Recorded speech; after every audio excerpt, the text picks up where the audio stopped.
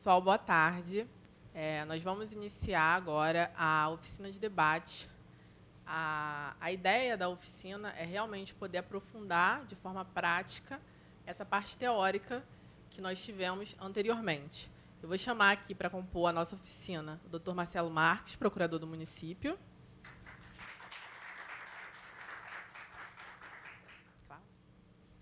E a doutora Sara de Oliveira, procuradora do município.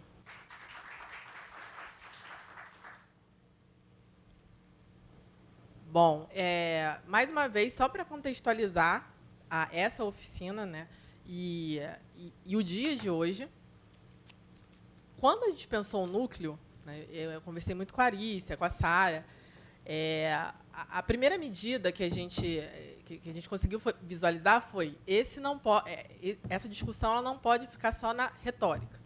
Precisamos de medidas práticas no âmbito da Procuradoria, para que realmente haja um início de mudança, né?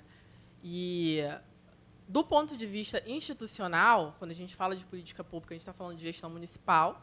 A fala da Joyce foi muito importante nesse sentido, para trazer o ponto de vista de uma gestora.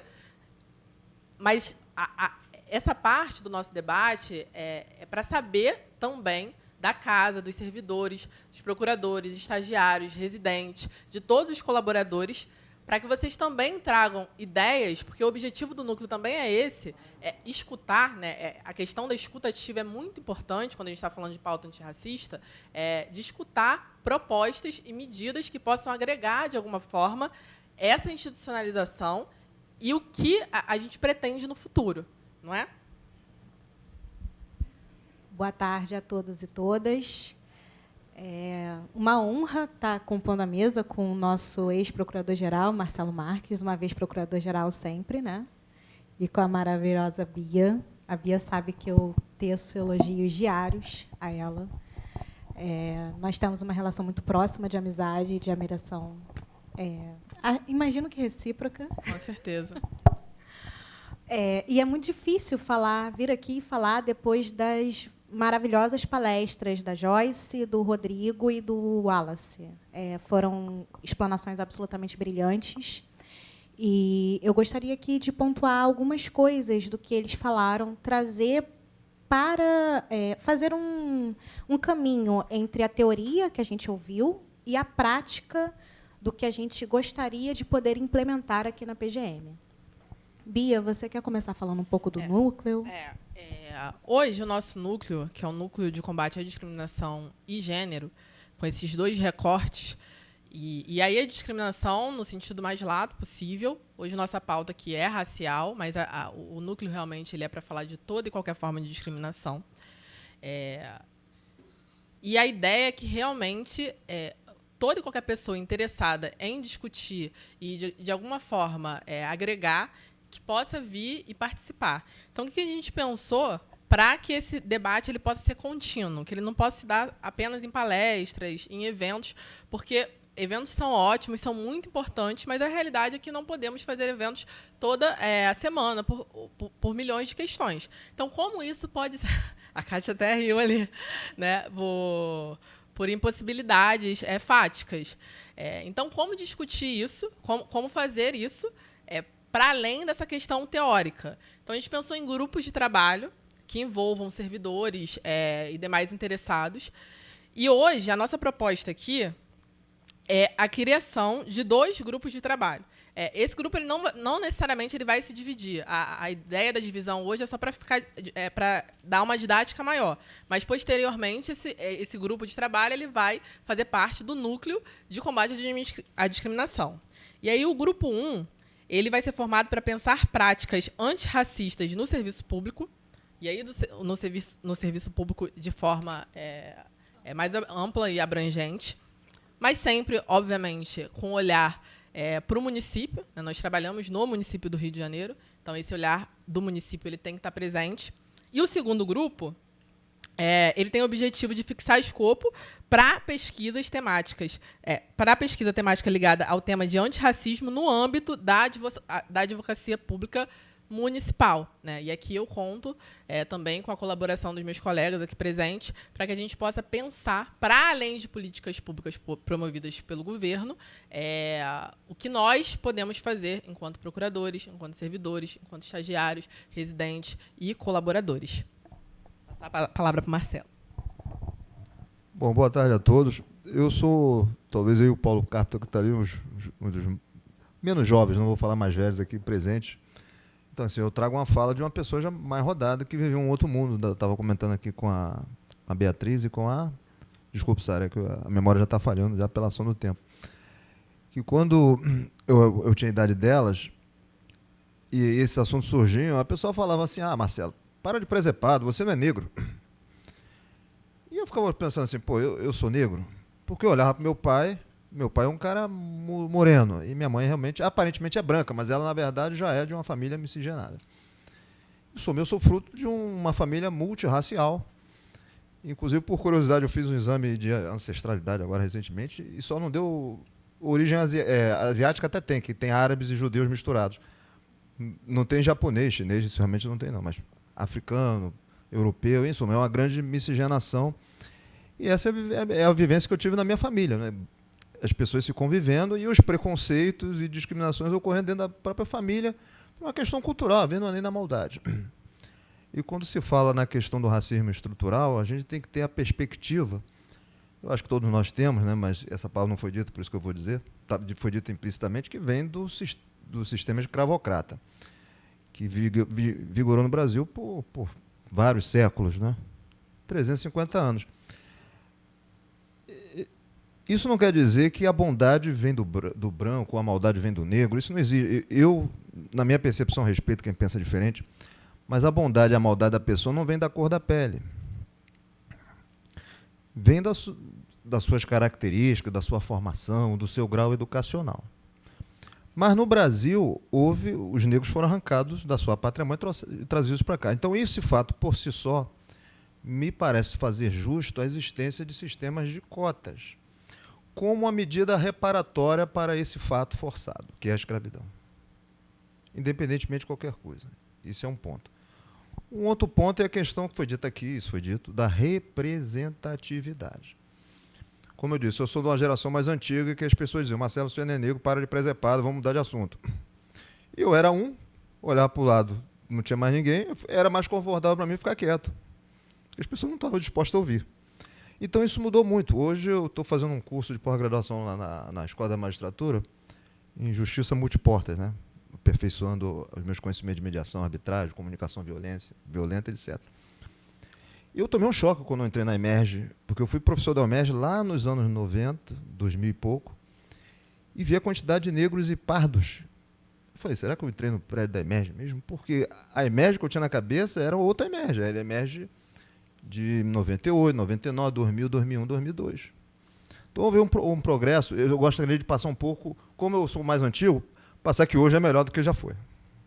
Certo? Senão a gente fica assim, pô, tá ruim realmente. Ainda, quando nós olharmos o que deveria ser, realmente ainda está muito ruim. Mas já foi pior.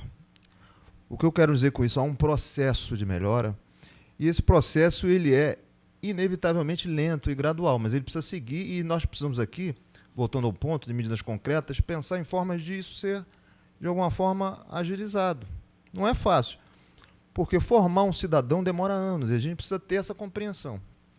Formar uma cultura de estudo, indo para as atividades intelectuais, né, que eu acho que é o maior desafio, porque nas que dependem...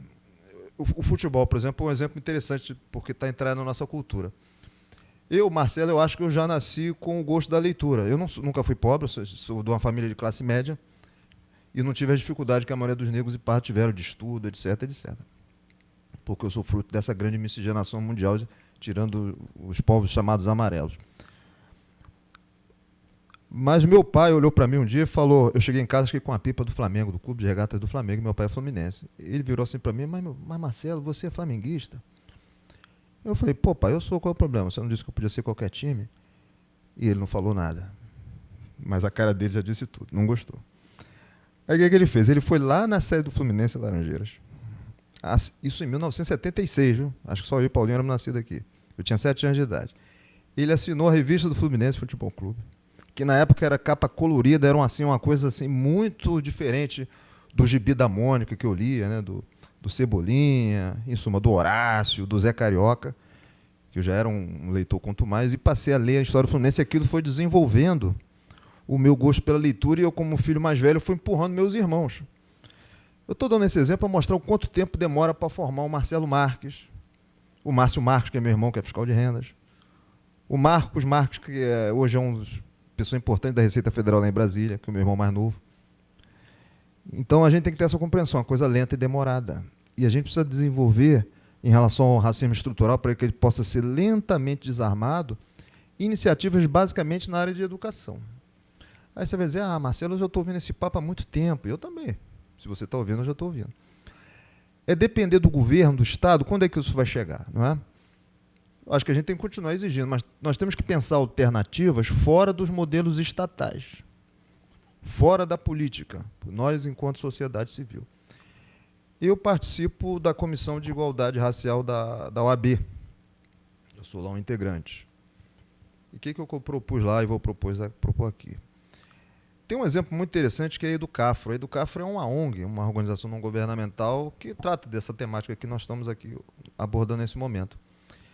E a Educafro, ela convida, eu devo passar a ser um professor convidado brevemente, para aulas online para pessoas que querem ser juiz federal. Por que juiz federal? Porque a Educafro fez um convênio com a JUF, se não me engano, que é a Associação dos Juízes Federais.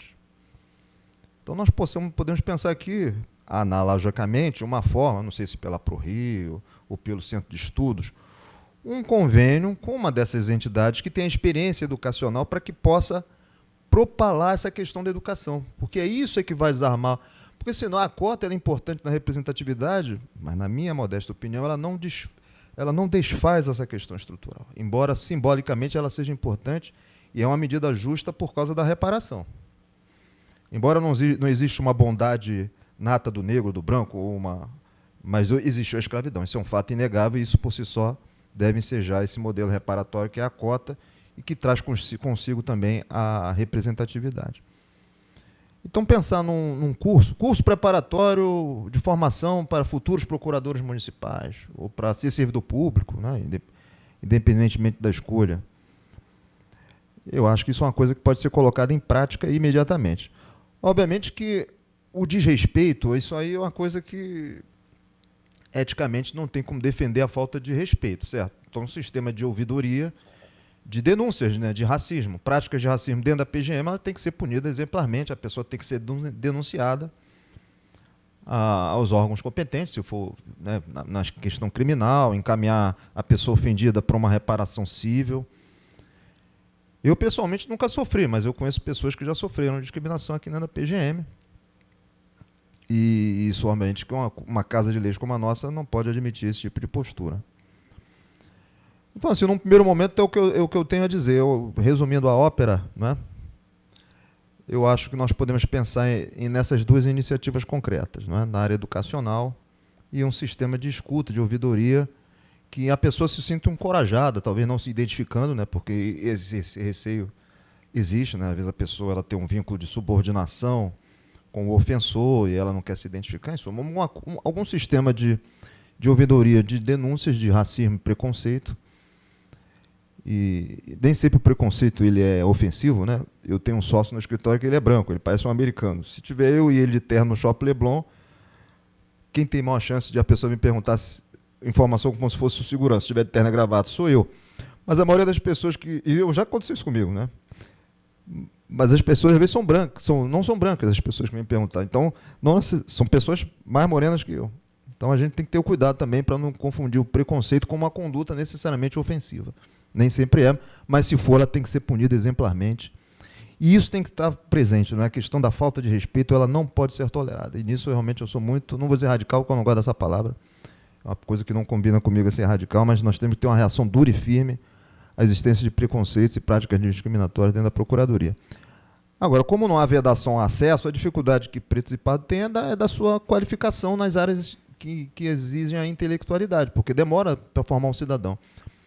E antes de passar a palavra, uma coisa que eu esqueci de falar que é importante, muitas vezes, não aconteceu comigo, mas eu tive uma experiência grande aqui na PGM, eu fiquei 3 anos praticamente trabalhando com uma comunidade, entre 2013 e 2016, na época, o então procurador-geral, doutor Fernando Dionísio, e o atual prefeito Eduardo Paz me designaram para eu ser um procurador num posto avançado da prefeitura, lá na subprefeitura da Barra, ao lado de uma comunidade chamada Vila Autódromo, porque ali iria se realizar os Jogos Olímpicos Rio 2016, o chamado Parque Olímpico, né? Ele está ali situado, e ali existia uma comunidade chamada Vila Autódromo, e o meu papel era convencer os moradores para que eles deixassem o local e recebessem uma indenização ou aceitassem ir para um modelo, vamos dizer assim, top do Minha Casa Minha Vida.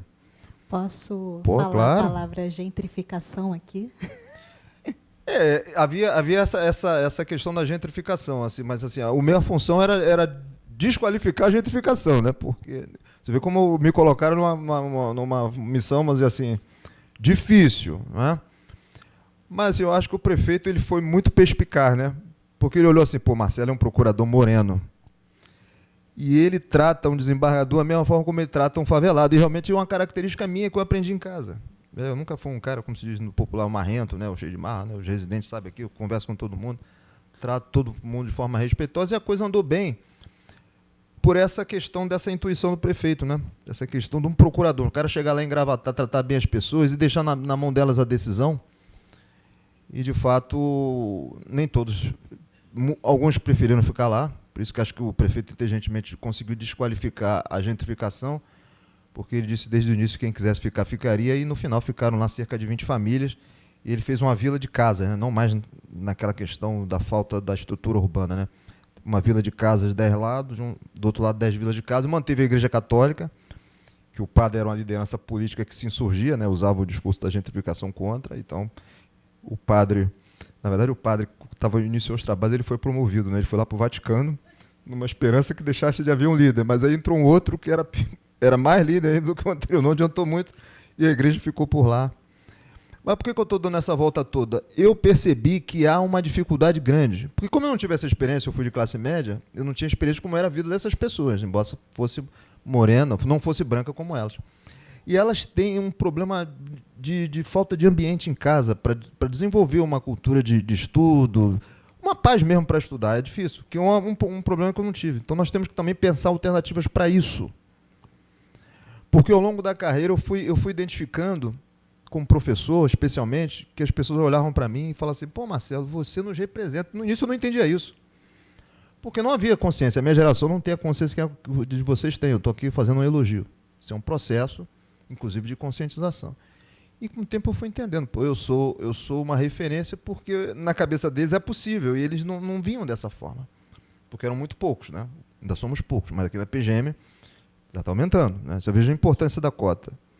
Era o Marco Antônio, era eu, né? E aí depois você começa a dizer, não, ou não é? É moreno, mas não é negro. Sempre teve essa negação. Temos aqui o doutor Diogo, né? Que já como eu, uma pessoa miscigenada. Isso, mas essa questão, nós temos que pensar também, hoje com a internet talvez seja menos difícil, né? O sujeito com o celular na mão, você desenvolver cursos online ou presenciais em que coloque a pessoa num ambiente em que ela consiga ter paz para ali desenvolver uma atividade intelectual no número mínimo de horas por dia. Porque assim, por que eu fui no futebol e não concluí, né? Porque no futebol havia o racismo também, porque para você jogar no clube, você tinha que ser sócio, né? E os negros não eram sócios de clube nenhum. Oi? Ela é flamenguista, ela está querendo fazer crítica ao meu Fluminense. A história de pó de arroz não tem nada a ver com racismo, porque, na verdade, ali era um jogador do América, que tinha sido do Fluminense, aí teve um jogo América e Fluminense na Laranjeira. Olha, eu li a revista do Fluminense, lá dos anos 76, por isso que eu conto essa história. E, na realidade, o que aconteceu? Aí, esse jogador estreou pelo América num jogo com o Fluminense Laranjeira, isso lá nos anos 1910. E, na época, os homens, quando eles faziam a barba, eles, para segurar aquele sangramento, eles passavam pó de arroz. como se hoje passa essas pomadas, né? Na época era o pó de arroz. Aí quando o jogo começou, com o suor, aquela barba branca, ele era um jogador mulato, né? Aquela barba embranquecida pelo pó de arroz começou a ficar com colorações diferentes e a torcida do Fluminense começou a gritar da arquibancada: pó de arroz, pó de arroz. Porque se sabia que ele tinha passado pó de arroz, que era um costume usar barba no pó de arroz, só que o suor fez aquilo transparecer para todos no estádio e ficou essa questão do pó de arroz. E a partir daquele jogo, a torcida do Fluminense começou a jogar pó de arroz toda vez que o time entrava em campo. Mas não é um episódio racista. Se fosse, eu diria, porque isso não significa que o Fluminense não tivesse práticas racistas na época, assim como todos os outros clubes, né? Na verdade, o Vasco da Gama foi o primeiro a aceitar negros, e a partir desse episódio os outros o fizeram também. Hoje eu fico assistindo, eu já vou passar a palavra que a presidente vai me dar um cartão vermelho aqui. Eu acompanho jogos da Premier League, com o campeonato inglês, a maioria dos jogadores são negros. Aí um amigo meu falou: pô, Marcelo, você fica falando esse negócio de cota, agora eu vou exigir uma cota para branco, porque ele não consegue mais botar branco lá nos jogadores. Mas não adianta ser só no esporte, não é? Que Você na questão sabe por que, Marcelo? A maioria dos jogadores na Premier League são negros? Porque eles são bons, né? Eles são talentosos, eles ganham, Vocês são mais sabem fortes. por quê, amores? Porque são jogadores normalmente vindos de países africanos, que acabam ganhando a cidadania francesa, italiana, portuguesa, alemã. E aí esses jogadores, eles são tratados com dignidade, mas todos os outros imigrantes negros vindos da África morrem ou na travessia, afogados, ou pela polícia irlandesa, está pegando fogo agora na Irlanda, né? Os supremacistas brancos agora estão tacando fogo na Irlanda, atacando escolas e tudo mais, ou em decorrência da violência policial nos países europeus. Então, assim, essa questão dos jogadores negros na Premier League é uma questão no qual o negro ele só serve para aquela sociedade a partir do momento em que ele está desempenhando uma função de excelência. Se ele não estiver nessa posição de excelência, ele vai ser tratado com racismo. Isso, muitas vezes, até mesmo nessa posição de excelência, como a gente tem o Vinícius Júnior hoje, que sofre episódios semanais de racismo na Premier League. Desculpa, Marcelo, termine. Não, perfeito. E só para concluir, na realidade, o que eu usei o exemplo do futebol para dizer o seguinte: ali é um dom físico, não depende dessa... Porque o meu filho, que é moreno como eu, aliás, quase que a minha réplica, ele não teve o talento, eu não tive o talento dele. Quando era garoto, ele jogava lá no Clube da Espanha, futebol de salão, e teve uma época que o professor chegou: pô, Marcelo, eu vou botar teu filho federado. Aí eu cheguei em casa e falei para minha esposa: pô, vou botar o Henrique é o nome do meu filho, vou botar ele para ser jogador, o garoto é bom. Aí minha mulher falou: não, senhor, eu quero que ele estude. Eu falei: bom, mas ele quer ir. Aí minha esposa deu o benefício da dor, deixou ele ir. Mas ele não conseguia combinar aquela atividade de campeonato com o Santo Inácio, o colégio que ele estudava. Já os meninos pobres, que eram morenos como meu filho, a família investia naquilo, parava de estudar, ficava se dedicando.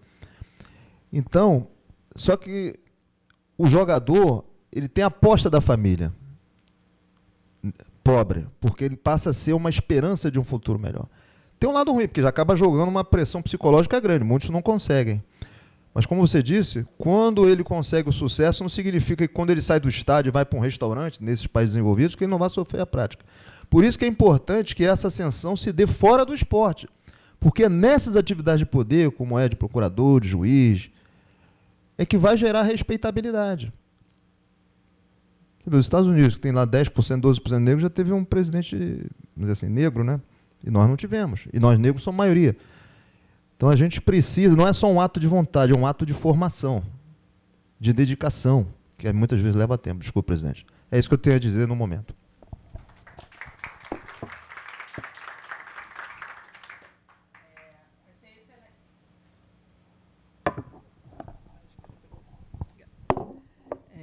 Excelente a colocação que você trouxe, Marcelo, sobre essa questão do acesso à educação, né?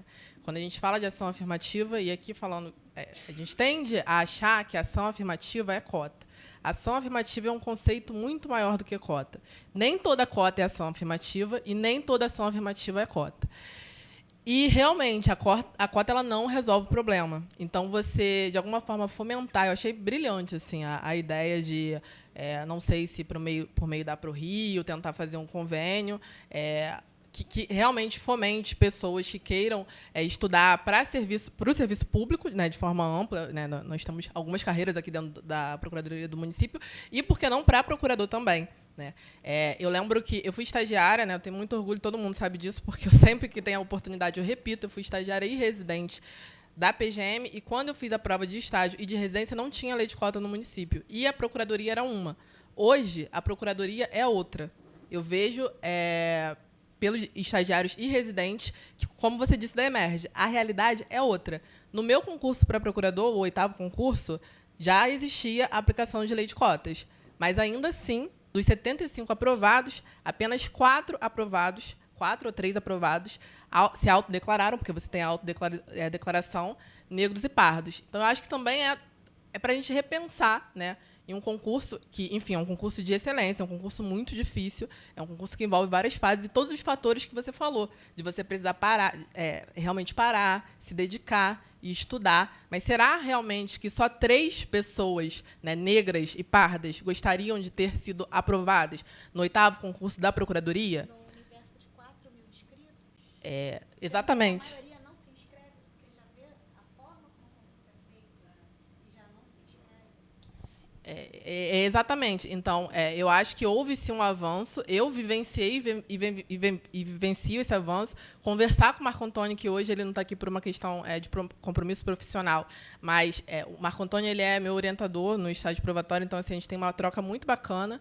E eu e Sara, a gente conversou com ele, que ele sempre foi uma referência para a gente, porque ele era um procurador negro, né, com todo um histórico acadêmico brilhante, que já tinha exercido inúmeros cargos de chefia no âmbito da Procuradoria do Município, e, mais do que isso, o Marco Antônio foi meu examinador da prova oral. E isso foi muito emblemático para mim, ter ele ali como examinador. Né? Enfim, ele participou de todas as fases do concurso, mas a banca, né, teve diferenciação de acordo com o dia, mas ele foi da minha banca. E isso foi muito emblemático.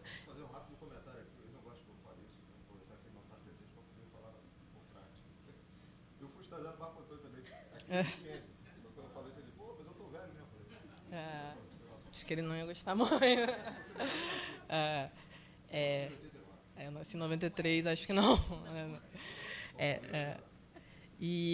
Enfim, eu acho que é muito importante, por isso que eu achei brilhante assim, sua colocação de realmente olhar para além dessa ação afirmativa, porque não é suficiente. Né? Não é suficiente. No concurso para procurador não foi suficiente, e existem N motivos para isso. A gente tem um concurso que não tem diferenciação de nota de corte, mas tem, sim, a aplicação da lei de cotas. Então, é realmente pensar. A lei existe. Então, acho que nosso papel aqui hoje é pensar em como efetivar a aplicação dessa lei. Porque, foi o que a Sara falou, não é possível, né, no universo... Não vou nem colocar de 4.000 inscritos, porque passaram para a segunda fase, acho que o quê? 100 pessoas? 100 e poucas pessoas. Fizeram efetivamente a prova, eu acho que 2.000 e poucas pessoas, e não é possível que, nesse universo, só 3 ou 4 pessoas, né, efetivamente tivessem essa vontade de se tornar procuradores do município. E eu só gostaria de fazer um adendo que as outras 2, que não estão aqui hoje, elas estão na Procuradoria-Geral do Estado, porque passaram lá também. Então, é por isso que elas não estão aqui hoje. Então, eu acho que, realmente, se a gente conseguir pensar em uma medida que fomente, para além da ação afirmativa, que hoje eu não percebo como eficiente, e isso não é uma questão do município, acho que é uma questão estrutural. A gente falou muito sobre questões estruturais. Né? Eu acho que não é uma questão institucional, eu acho que é uma questão estrutural. Então, eu acho que a questão do fomento à educação, de você realmente fazer um convênio... eu sei que na Associação dos Juízes do Trabalho, e acho que do Ministério Público do Trabalho também existem medidas nesse sentido, de você ter um convênio com aula com os próprios juízes e procuradores do trabalho para pessoas cotistas que queiram ingressar na carreira. E eu não sei como isso se deu, esse processo. Eu tive conhecimento de que foi criado, mas não tenho acompanhado. Mas eu acho que é uma ideia brilhante assim, para a gente pensar. Acho que foi um... Talvez também assim, pensar numa... se esse curso for aberto, seria para a população pobre de uma forma geral, que aí, obviamente, que proporcionalmente os negros e pardos já estariam mais bem representados, mas como eu venho de uma família miscigenada, o sujeito aparentemente é branco, mas ele tem miscigenação, ele é pobre também. Então, deixar esse sujeito também fora de uma possibilidade de acesso ao estudo também não é interessante. É isso. Sim, essa questão da miscigenação é uma questão no Brasil. A autodeclaração, inclusive, é muito judicializada por isso, né, porque você se autodeclara, mas existe uma zona de certeza positiva e uma zona de certeza negativa do que não é ser negro, né? E eu assisti uma palestra que a palestrante ela falou: se você nunca teve dúvida, provavelmente você não é negro. Porque se você nunca teve dúvida na rua, se você nunca, né, se alguém nunca te despertou essa dúvida, é porque você não é. Então você também a autodeclaração está muito nesse lugar de você não querer se beneficiar de algo pontualmente, né? E você quer começar as suas medidas? Claro. Ponto aqui. A história do presidente negro, nós tivemos um presidente negro, o único, Nilo Peçanha. Mas tal como aconteceu com o Machado de Assis, ele, muito antes do Instagram já se tinha filtro. Então, se você vai olhar todas as fotos do Nilo Peçanha, elas são embranquecidas, mas ele era negro. É aquela coisa do racismo, né? A gente já teve um presidente negro e praticamente ninguém sabe.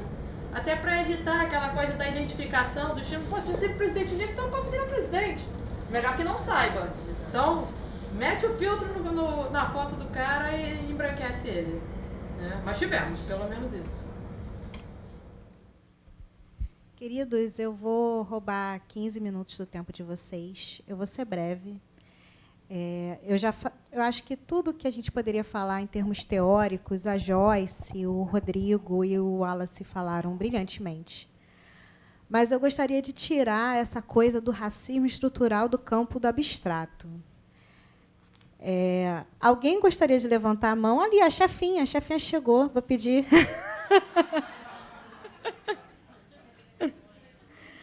A melhor chefe da Procuradoria chegou, gente. Minha diva me salva de várias enrascadas.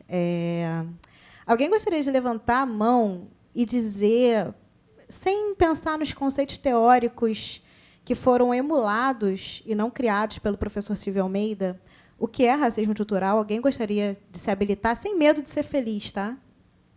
Tem alguém? Pois é, né? É etéreo.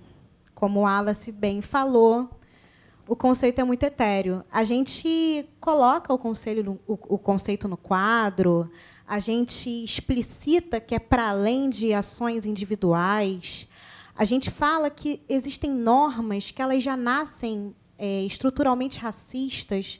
Vou citar aqui um exemplo, é o Código Penal Brasileiro. O Código Penal Brasileiro ele tem penas muito mais pesadas para crimes patrimoniais e não para crimes contra a vida. Porque o que acontece? No Brasil, a gente tem uma cultura na qual os corpos não têm valor. E eu vou começar a dar alguns exemplos para vocês, e eu peço que vocês silenciosamente pensem. O que vocês sentem quando vocês veem uma criança branca de olhos azuis pedindo dinheiro na rua? Vocês sentem que aquele não é o lugar daquela criança? Vocês sentem mais dor porque é uma criança azul? Isso choca vocês? É como se tivesse algo errado, não é? Mas o que vocês sentem quando vocês veem uma criança preta pedindo dinheiro na rua? Esse corpo negro, ele tem menos valor para cada um de nós. Eu me incluo nisso, porque choca menos, porque é mais normal, porque é mais banal, porque é como as coisas são. O racismo estrutural ele vence a partir do momento em que a vida das pessoas pretas elas perdem valor. Infelizmente, aqui no Rio de Janeiro aconteceu um assassinato horroroso de uma criança chamada Henri Borel, eu acho que todos se lembram. Um menino absolutamente lindo. Só de eu olhar eu me tremo. E isso foi uma comoção de semanas, de meses na mídia. Quantas crianças a gente perdeu negras no mesmo ano que o Henri Borel foi assassinado? Vocês lembram do nome dessas crianças? É um pouco pesado, né? É um pouco pesado. Mas é como ele se estabelece. A gente tem a perspectiva de que os verdadeiros cidadãos podem ser brancos ou podem ser negros. Mas, se forem negros, eles só são cidadãos de verdade se eles tiverem algum status econômico ou intelectual. Eu sou uma mulher negra que eu sou seguida em lojas de departamento de acordo com o jeito como eu estou vestida. Se eu estiver com essa roupa de procuradora, nada acontece. Se eu estiver de chinelo com meu lindo marido do lado, a gente vai ser seguido. Meu lindo marido está ali, gente. É lindo mesmo. Então, mas o que acontece? A gente está falando aqui de coisas que são muito visíveis na nossa sociedade. Eu vou pedir aqui a ajuda de uma colinha. Vou ler algumas notícias, alguns títulos de notícia que eu selecionei da última semana. Não é do último ano, não é do último mês. É da última semana. Rio de Janeiro teve uma pessoa negra morta por intervenção policial a cada 8 horas e 24 minutos ano passado, diz estudo. Notícia do G1. Justiça do Rio de Janeiro nega pagamento de indenização a produtor cultural e sua mãe por prisão ilegal. Gente, juízes ganham indenizações astronômicas porque o voo atrasou. Você fica 20 dias preso numa merda de uma prisão e você não ganha indenização por isso? Se isso não revolta vocês, tem alguma coisa de muito errado na nossa sociedade. Mortalidade de mães pretas é 2 vezes maior do que de mães brancas, aponta estudo da Fiocruz. Fome e desenvolvimento infantil, como desnutrição na infância, pode causar danos irreversíveis. E a maior parte de crianças desnutridas é negra. E aí, uma que eu selecionei de 15 dias atrás, que me fez chorar no banho, que foi de um menino de 2 anos que faleceu numa van escolar no meio da onda de calor. Eu vou fazer uma pergunta para vocês, e não é vitimismo. Vocês acham que, se fosse uma criança loira de olhos azuis, ele seria esquecido? Sejam honestos.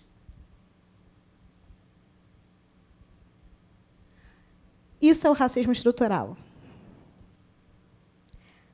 A gente pode teorizar lindamente, o professor Silvio teoriza lindamente. Eu vou contar de uma passagem que eu tive quando eu estava estudando para a prova oral de procuradora do município do Rio de Janeiro, outubro de 2021. Eu estava num grupo com as pessoas mais brilhantes que eu tive a honra de conhecer na minha vida. Eu sempre acho todos os meus colegas brilhantes porque eu vi a potencialidade e a força de cada um deles. O 8º concurso é maravilhoso. Obrigada, 8º concurso. Vocês são demais. A emoção é verdadeira porque eu sinto um amor muito especial por cada um de vocês. A gente sabe que a gente viveu. Eu estava com a professora Denise Galvão, do Trevo, uma professora maravilhosa, que me ensinou muito como falar, como interagir, como ter postura. E ela fez uma dinâmica. Ela gostaria que nós, inicialmente, apresentássemos uma pessoa que nós admirássemos muitíssimo. E o porquê nós admirávamos essa pessoa. Era a primeira aula oral e ela queria ver como é que a gente verbalizava. Uma coisa muito simples, para depois a gente conseguir verbalizar temas um pouco mais complexos que são exigidos no concurso para procurador. E eu vi várias pessoas falando Bill Gates, Margaret Thatcher, sei lá. Todas essas pessoas que essas pessoas admiravam, essas personalidades, primeiro, eles eram brancos, óbvio. E isso não é um demérito para nenhum dos meus colegas. Mas o susto foi quando eu falei do professor Silvio Almeida. E ninguém conhecia o cara. E ela falou, é um filósofo, né? E eu amo a Denise. Mas eu falei, Denise, é um jurista. É um jurista negro. Tem mestrado, tem doutorado. Ele é do direito. E a gente vê que em 2021, foi ontem, como o letramento racial para procuradores, procuradoras, juízes, defensores, ainda é algo deficitário. E eu vou pegar esse gancho para ler, eu vou precisar de cola, um dos mais recentes enunciados aprovados pela NPM, que a minha querida colega Olívia, minha lindíssima Olívia, mandou para mim. Ela estava lá. Minha futura BG, caso vocês não saibam, vai ser Olívia. E o enunciado é o seguinte: é recomendável a inclusão de direito antidiscriminatório nos editais de concurso público para ingresso na carreira de procurador municipal, em especial a Convenção Interamericana contra Racismo, a Discriminação Racial e as formas correlatas de intolerância, aprovada com status de emenda constitucional. Eu fiz esse gancho todo para falar de duas coisas que eu gostaria de delimitar aqui muito claramente. Eu gostaria que todos nós tivéssemos a consciência de que os estudos antidiscriminatórios de gênero, cor, raça e orientação sexual não são estudos que devem ser relegados a pessoas que se consideram no campo da esquerda no Brasil. E por que eu estou fazendo essa marcação? Eu vou falar um pouquinho de ideologia, gente.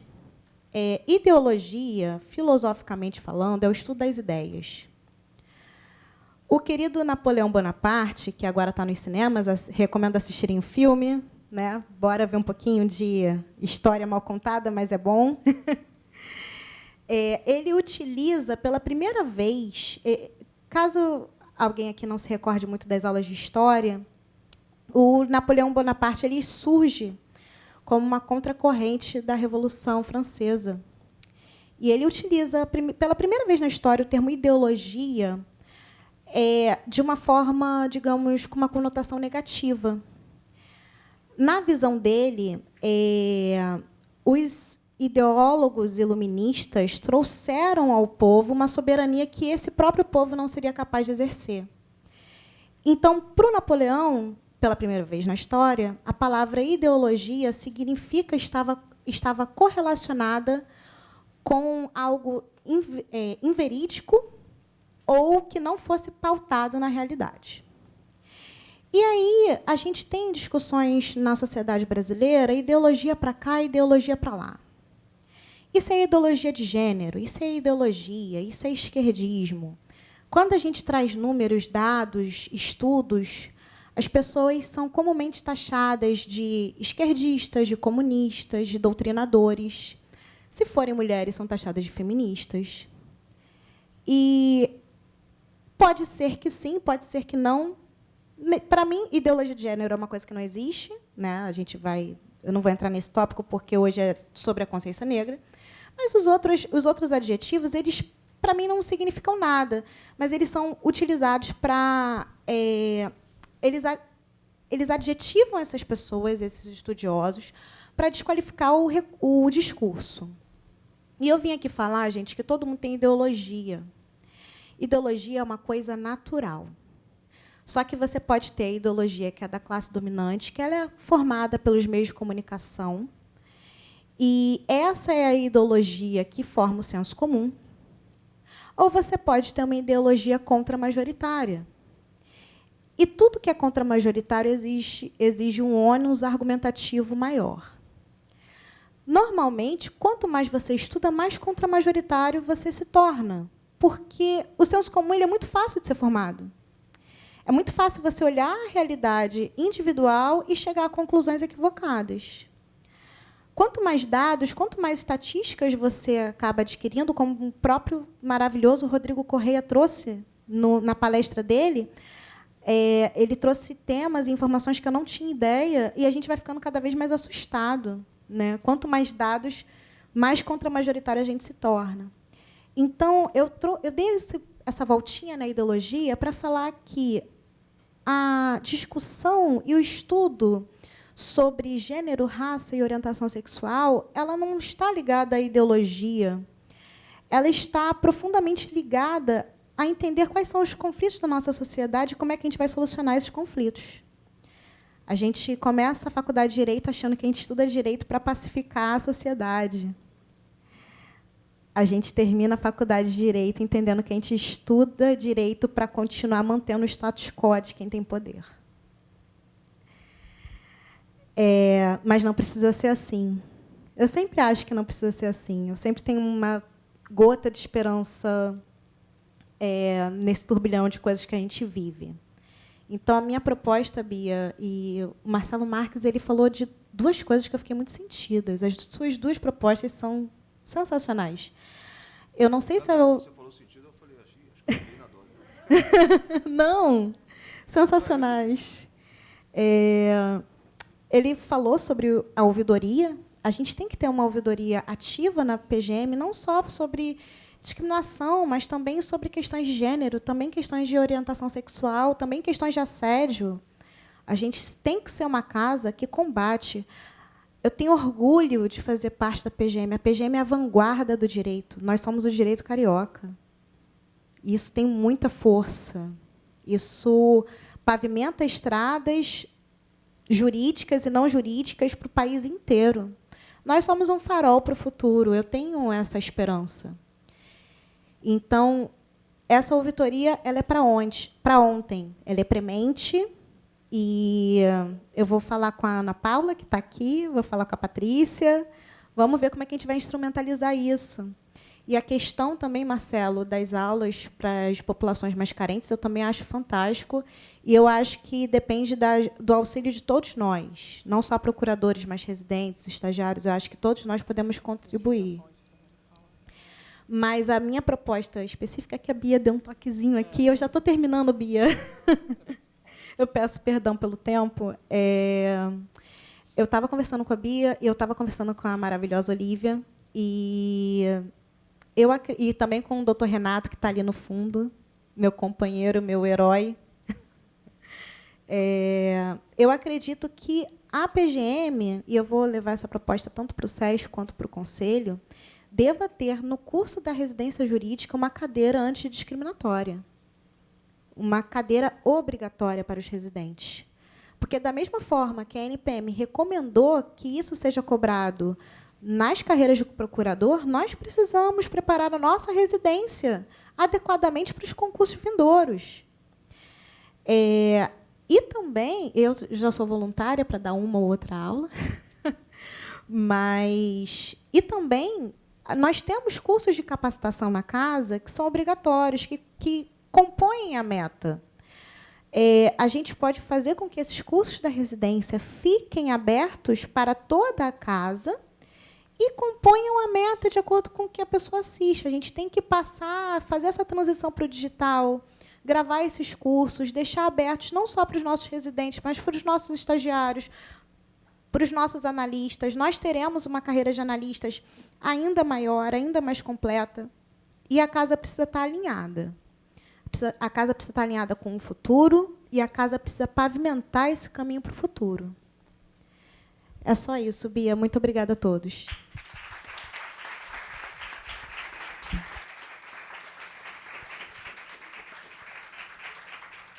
Depois de nos contemplar com uma fala tão maravilhosa, você termina com só isso, né? Não é só isso. Obrigada, Sara, pela sua generosidade, né, em compartilhar não só suas ideias brilhantes, mas também o seu tempo, a sua disposição. O núcleo foi criado, né, e ninguém queria que fosse algo obrigatório de pessoas se oferecerem para participar com ideias, mas a Sara, o Marcelo, né, vocês trouxeram ideias. A ideia da pós, né, já foi passada para a Arícia. É uma ideia brilhante. Como a pós também é em convênio com a UERJ, isso tem que ser viabilizado, né? São questões, enfim, burocráticas, mas é um pensamento que eu acho que a Arícia também abraçou, no sentido de que vamos pensar, vamos refletir sobre isso. Existem questões burocráticas que impedem que isso seja implementado de forma muito rápida, mas eu acho assim... E na UERJ, na verdade, essa disciplina existe como disciplina eletiva, na UFRJ também, mas são pouquíssimas faculdades que tem hoje essa disciplina eletiva, o que não acontece, por exemplo, nos Estados Unidos, que isso é obrigatório, né, como uma cadeira de constitucional, de direito administrativo aqui. Muito obrigada, Sara, pelas suas explanações. Acho que você tocou em pontos muito sensíveis, vi alguns de vocês emocionados, e não poderia ser diferente quando a gente fala da realidade do Brasil, né, do dia a dia. Dói, mas eu também acho que é necessário que esse momento aqui seja realmente o momento de tocar na ferida, né? O Wallace ele falou muito bem sobre o racismo estrutural existe, vamos falar sobre racismo estrutural, mas também vamos falar sobre o racismo nosso de cada dia. A desconstrução, enquanto ser humano, enquanto, né, pessoas que assumem já essa postura, não de uma forma ativa, mas porque a sociedade é assim. Então, vamos olhar também, fazer essa reflexão do ponto de vista pessoal. Então, muito obrigada pelas colocações que você trouxe. E aí, para já abrir para os debates para a plateia, eu queria falar também, né, o Marcelo falou do ponto de vista dessa questão da educação. O Vinícius não está aqui, o presidente da ProRio. Está aqui? É que está muito longe. Não. Então, né, está atrás... eu não tinha te visto, desculpa. Mas eu acho que é uma coisa também para a gente refletir de como viabilizar isso. Acho que conversar com a Arícia também, para ver meios de ser efetivado, eu acho uma ideia excelente. A ideia da pós é algo que já está sendo pensado. E aí, falando do núcleo mesmo, do que a gente pode fazer, né, agora, né, com proposições já mais imediatas, a gente também está pensando em coisas, em ideias, assim, são ideias ainda, de como a gente vai efetivar isso. Mas a primeira ideia seria realmente um grupo de estudo para... Todos aqui estão convidados, todos da casa estão convidados, um grupo de estudo que vai se dividir entre a análise de decisões paradigmáticas da Suprema Corte, né, do STF, mas também da Suprema Corte americana. A ideia, primeiramente, era trazer decisões que influenciaram juristas brasileiros, né, que beberam na fonte da doutrina norte-americana. Mas eu acho que isso desencama até por uma coisa meio elitista, assim, de você ficar lá, não, vamos falar sobre as decisões aqui do STF, né, isso foi discutido aqui, vamos discutir o que já foi dito aqui, né, analisar realmente essas decisões. Olha o inglês fluente, Bia. Oi? Olha o inglês fluente. Verdade, Eu perguntei, a gente estava falando do meu inglês fluente. Exatamente, né, isso iria ser muito, enfim. Então, vamos falar das decisões do Supremo, das ADPFs, não só sobre ações afirmativas, mas decisões que, de alguma forma, tangenciem minorias estigmatizadas. E, de outro lado, trazer esse debate também, até por uma influência do que já está sendo feito de clubes de livro, pela ProRio. A Sara falou do livro do Silvio Almeida, que eu acho que é um ponto de partida excelente para a gente iniciar, de realmente debater a cultura também. Não, o Silvio é a cultura jurídica, né? Mas o tema do racismo estrutural, eu acho que ele não está só no âmbito jurídico, da discussão jurídica. Então, promover o debate, tanto do ponto de vista jurídico, na análise de decisões, e também do ponto de vista de você analisar livros de referência, a Djamila, e histórias também. Hoje a gente tem, acho que a maioria de vocês, né, deve conhecer, ganhou o prêmio Jabuti, o Torto Arado, que é um livro maravilhoso, mas fala sobre a realidade do Brasil. E, sem querer dar muito spoiler, o livro ele não situa muito a data exata na qual aquela história está se passando. Você tem uma ideia ali, mas ele não fala da data. Então, poderia ser um Brasil muito antigo, mas poderia também ser um Brasil atual. Então, a ideia é que a gente promova realmente esse debate, encontros. E aqui eu estou falando de ideias, gente. Isso precisa ser ajustado. A ideia começa no ano que vem. Encontros mensais ou quinzenais, e se vai ser online, se vai ser presencial, se vai ser um regime híbrido, isso ainda está sendo pensado, Mas a ideia é que se divida realmente aí dentro do nosso núcleo a divisão. A gente ainda vai pensar quem vai ficar com o debate jurídico, o debate dos livros, e que haja essa troca no futuro da resolução do que a gente entendeu daquilo. Uma segunda medida, já pensando também no núcleo, é uma parte que eu acho que não é tão legal, né, do ponto de vista de gestão, mas de você coletar dados. Eu acho que isso dá um trabalho, né? Acho que dá um trabalho para todo mundo que está envolvido, mas eu acho que é necessário. Você coletar dados de especializada, dados de carreira, você ter esses dados e, a partir desses dados, você pensar em novas medidas. Porque eu acho que ter uma base de informação, né, e aí em questão de gênero, em questão de raça, eu acho que ter essa base de informação vai ser muito importante para qualquer medida futura que a gente pense no âmbito da Procuradoria. E, além disso, e isso conversa um pouco com a questão das decisões, fazer esse debate também no âmbito da legislação, né? De tentar, de alguma forma, promover esse debate, e aí mais voltado, obviamente, para estagiário e para residente, de você querer, de você conseguir debater a legislação, não de uma forma monótona, mas trazer, juntar a academia com a questão da legislação e trazer também gente de fora para que esse debate seja promovido nesses grupos de estudos. O que eu tinha pensado, mais ou menos, é isso. Não sei se vocês querem fazer mais alguma complementação. Depois a gente abre para a plateia. Não, em relação à ideia do curso que eu mencionei agora há pouco, me correu aqui uma ideia que, nessa minha experiência lá na comunidade Vila Autódromo, eu percebi que algumas entidades tinham muita capilaridade nas comunidades pobres. Uma delas são as igrejas. Eu sou católico, eu gosto de fazer essa ressalva para me situar no tempo e no espaço, né, em termos de religiosidade. Mas não era a igreja católica, tinha lá, mas tinha as igrejas evangélicas, elas tinham uma capilaridade muito maior, eram muito mais numerosas dentro das comunidades e com a quantidade de fiéis muito maior. Então, na hora de trazer, a gente tem que ter um cuidado, né, para a gente trazer o público-alvo. E aí eu gostaria de aqui elogiar a presença do nosso presidente da associação, o doutor Vinícius, está ali atrás da pilastra, mas eu não estou vendo o Vinícius, mas eu sei que ele está ali, né, honrosamente participando e prestigiando o nosso evento. Uma ideia que eu estou lançando aqui, né, porque talvez a gente possa entrar nesse convênio com a AJUF, porque é um convênio que já existe, é um convênio, volto a dizer, da AJUF com a Educafro, que é uma ONG, né, com a Associação dos Juízes Federais, e conversar com eles, né, entre as duas associações. Nós temos aqui a Associação do Quadro de Apoio da Procuradoria, na ASQ-PGM, que agora acho que é a ASPGM, o que acho que sumiu ao longo do tempo, não é isso, doutor? Ela aí está fazendo sim, porque eu sou velho, né? É porque eu tinha o quê, agora já saiu o quê. Em suma, ali 2 ou 3 organizações e talvez ampliando o escopo, em vez de ser... E porque lá, né, quem dá aula, os professores não são... Isso é uma questão importante dizer, nem todos os professores são negros e pardos, tem pessoas brancas, para também não ficar essa ideia de exclusão, não é? Mas, assim, os alunos, eles tiveram cuidado também de trazer alunos pobres, que aí tem o oportunista, né, que ele quer fazer um curso, que os professores são bons, ele quer fazer um curso qualificado, mas sem querer pagar. E aí acaba tirando o quê? Tem um número mínimo aí de pessoas, muitas vezes, que pode participar, etc., para uma questão tecnológica. Então, fica essa ideia aí, de repente, de uma conversa com a AJUF, talvez a gente entrar num ajuste que já funciona bem. Tem uma juíza federal que é da minha geração, Adriana Cruz, que já até teve cotada para ir para o Supremo Tribunal Federal como uma mulher negra. Ela é uma mulher visivelmente negra, né? Retinta, como se diz. Eu não vou aqui contar os casos, né, porque ela não me deu essa autorização, mas já passou por grandes constrangimentos.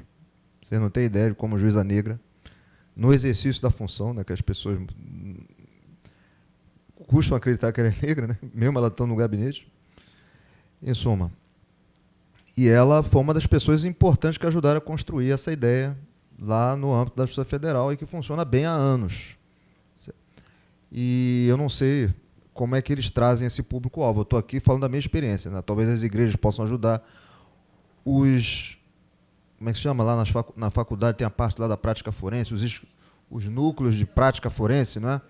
Que tem, em suma, a gente tem que ter esse cuidado de identificar e trazer as pessoas certas, né? Dar chance realmente ao pobre. Acho que ela quer falar alguma coisa ali. Os pré-vestibulares sociais também são um foco muito interessante que a gente também pode... Obrigada. Boa tarde. Os cursinhos pré-vestibulares, né, pré-ENEM, enfim, eles também podem ser, né, pensando aí na geração futura, né, eles também podem ser um foco muito assim, importante para a gente pegar esse público-alvo, né? Eu fui professora de um pré-vestibular durante anos, e tanto social quanto o particular mesmo, né? Fui de alguns. E principalmente nesse, que é até o CEDERJ, né? Ele existe até hoje. Nossa, quantas pessoas nós mudamos, né? Só com aquela aula, às vezes, o sábado inteiro a pessoa chegava lá, tinha o almoço que a gente servia, né? A escola que nos abrigava tinha essa participação, né, junto com o Estado, eram escolas estaduais, que eles contribuíam com o almoço e com as salas de aula. E nós estávamos lá todos os sábados, durante o ano inteiro, dando aula, e os alunos, hoje, nos dão assim, muito orgulho que muitos deles são até doutores. Doutorado em física, em pedagogia, e por aí vai. Então, assim, eu acho que esses núcleos, né, pensando na população, principalmente, né, mais carente, eu acho que eles são também muito importantes. Obrigada, desculpa. Nada que isso. Ela tocou. Como é seu nome? Velaine. Velaine. Velaine Poço. Eu sou diretora social da associação. AQPGM. Bom, obrigado pela correção, que eu já ia falando bobagem, já botando um que aí no meio. Olha, ela tocou num ponto importante, hein? Porque a gente está falando aqui de fazer um curso, vamos dizer assim, para preparar novos servidores públicos, mas nós estamos falando já num nível lá em cima. E o ensino fundamental, né? A gente tem que pensar em iniciativas por isso, senão a gente vai continuar fabricando gotas no oceano, certo? Porque lá na base é que a gente precisa massificar. E como eu disse, eu sou de uma família miscigenada, meus filhos estudaram no Santo Inácio, que é um colégio de elite. Meu filho era o garoto mais moreno da turma, meu filho é mais claro que eu, para vocês terem uma ideia. E lá, o Santo Inácio, eu não sei os outros, mas tinha lá uma... Não vou dizer que se era uma ação, eu não sei, eu nunca me aprofundei, mas tem alguns alunos que vêm de comunidade, são pouquíssimos. Mas eles não conseguem acompanhar o ritmo. E acabam, na grande maioria das vezes, ficando pelo caminho por essa falta de condição em casa, porque é um colégio que tem um ritmo, né, especialmente quando entra no segundo grau, e os alunos que vêm das comunidades acabam ficando reprovados e vão ficando estigmatizados. Então a gente tem que pensar, como eu disse agora há pouco, em formas de a gente conseguir criar essa ambiência, talvez usando a internet, ou, em suma, numa aula. Em suma, pensar nessa questão da falta de ambiente para o estudo concentrado, o silêncio, não é isso? Muitas vezes o pai e a mãe não têm a cultura do estudo, não é dificuldade grande, certo? Que eu não vivenciei, mas por essa minha experiência como procurador, trabalhando em comunidades, eu verifiquei que essa é uma realidade. Então, resumindo a ópera, as entidades religiosas, de uma forma geral, vamos colocar de forma ampla, elas têm uma capilaridade grande, e pensar também nos escritórios modelo. Eu estou usando um termo da minha época, mas as entidades aí ligadas às universidades, a parte de atendimento ao público, talvez possam fazer também essa triagem, para que a gente não traga as pessoas que estão ali só atrás de professores bons para passar na prova, mas que não seja o nosso objetivo de permitir essa ascensão social. Marcelo, eu gostaria só de pontuar um dado que eu vi recentemente. 70% das pessoas no país acessam a internet apenas pelo celular. Quem já estudou para concurso, quem estuda para faculdade, sabe que você estudar somente pelo celular é muito difícil. É quase impossível, digamos assim. Então, pelo celular, eu falo, a pessoa não tem Wi-Fi em casa. A pessoa fica lá no 3G, no 4G, no 5G, a pessoa não tem Wi-Fi em casa. Então, essa questão da gente poder capilarizar o ensino jurídico e o ensino em geral também para essa população tem que perpassar por essa questão tecnológica, que as pessoas, todo mundo tem celular, né, digamos assim, mas a maioria não tem um acesso a uma internet que seja suficientemente boa para conseguir ver vídeo, para conseguir baixar um texto, para conseguir ler, porque se ele está no celular, dificilmente ele vai conseguir ler aquele texto. Então, tem essas questões também que têm que ser pensadas, gente. E o pensar é sempre coletivo. Vocês que estão aqui hoje, vocês fazem parte agora dessa caminhada. Tudo que é dado também cai uma responsabilidade. Agora vocês têm esse conhecimento. E, junto com esse conhecimento, como já dizia o tio do Homem-Aranha, grandes poderes, grandes responsabilidades, não é mesmo? É isso. Bom, eu vou abrir para a plateia, Diogo, e a gente começa com você, então. Obrigada, Marcelo. Obrigada, Sara. Eu acho que a ideia era realmente essa, discutir, né, essas práticas no âmbito do serviço público e na advocacia pública municipal. Pensar em realmente quem pode, hoje, no Brasil, na realidade que temos, parar, como foi o nosso concurso, 3 anos da vida. Né? Teve a pandemia, o nosso concurso foi único, porque teve a pandemia. Mas quem pode... Oi? O mais longo, mas ainda que não fosse a pandemia, o concurso para, enfim, carreiras jurídicas, promotor, procurador, defensor, são concursos longos. Quem pode se dedicar, né, 2, 3 anos da sua vida para fazer um concurso desse? Então, eu acho que o nosso papel aqui é pensar em medidas para que essas pessoas venham, porque eu acho que não é falta de vontade, né? Com certeza não é falta de vontade, é falta realmente de oportunidade. Então, agora eu vou abrir para a plateia, para qualquer interessado. Vamos começar aqui pelo doutor Diogo, nosso querido doutor Diogo, mas para qualquer um que queira, de alguma forma, acrescentar o debate. Bom, boa tarde. Primeiro, parabenizar pela iniciativa, parabenizar as meninas que estão compondo a mesa. Não preciso repetir que eu tenho uma admiração muito grande, não só por vocês, mas por todas as meninas que são nossas colegas aqui no 8º concurso, e meus amigos também, mas preferência, né, das meninas. Bom, eu vou falar algumas coisas que me passaram na cabeça dessa conversa, também no intuito de contribuir com alguma coisa. Essa ideia que o Marcelo Marques falou, meu caro amigo ali do lado, né, meu vizinho de especializada, eu já tinha essa ideia também de ter um curso para preparar pessoas que não têm essa possibilidade de acesso às informações qualificadas, muito por conta de uma experiência própria, porque eu também não tinha acesso a esses conteúdos, e eu imagino que não tenha sido só eu, né? Quando eu converso com alguns amigos da casa, a Sara também, a gente conversa bastante sobre isso, poucas pessoas conseguem ter essa informação qualificada. Então, um curso preparatório, e, obviamente, voltado ao âmbito da procuradoria, acho que seria de bom grado. Obviamente, a questão operacional ela deveria ser considerada também, como foi uma preocupação demonstrada, de trazer aquelas pessoas que realmente precisam, né, e não aquelas que estão tentando entrar ali para se aproveitar. É uma coisa que eu já tinha na cabeça há muito tempo atrás, dessas questões de cota mesmo. Do que adiantaria uma pessoa que mora num apartamento sozinho comprovar uma renda per capita se ela não trabalha, mas que o apartamento é pago pelo pai ou pela mãe, né? Obviamente, ele vai conseguir entrar, porque a renda per capita dele autorizaria, por exemplo, ingressar num sistema de cota. Então, é bom pensar nessas questões também para evitar que pessoas que têm a possibilidade, por ajuda de pai, de mãe, de avô, de avó, para que sejam consideradas de ingressar ou não num curso desse tipo.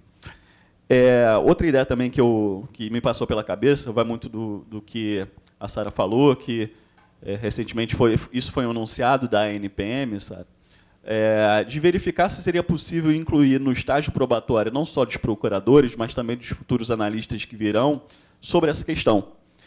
Eu acho importante falar, inclusive, para nós, procuradores e procuradores, sobre essa questão, inclusive para nós que estamos em estágio probatório. Felizmente, conversando com a maioria dos meus colegas, eu vejo que essa questão de respeito não é um problema tão visível assim, embora, às vezes, inconscientemente, alguns nossos colegas eles demonstram um viés que, infelizmente, não é adequado. Mas acho importante até mesmo para nós. Uma coisa também que, antes de eu passar para a Procuradoria, me incomodava bastante, e agora, de certa forma, acaba sendo um incômodo meu, é o seguinte: muitos de nós, melhor, muitos não, poucos de nós viemos de regiões periféricas aqui do município do Rio de Janeiro. Mas nós somos procuradores do município. E eu fico, de certa forma, incomodado para saber quantas pessoas conhecem realmente o município. alguém que já foi em Septiba? Já? Madureira, Complexo da Maré, Também. Manguinhos. Então, mas obviamente não estamos com São todos os... Gonçalo. Alguém já foi em São Gonçalo?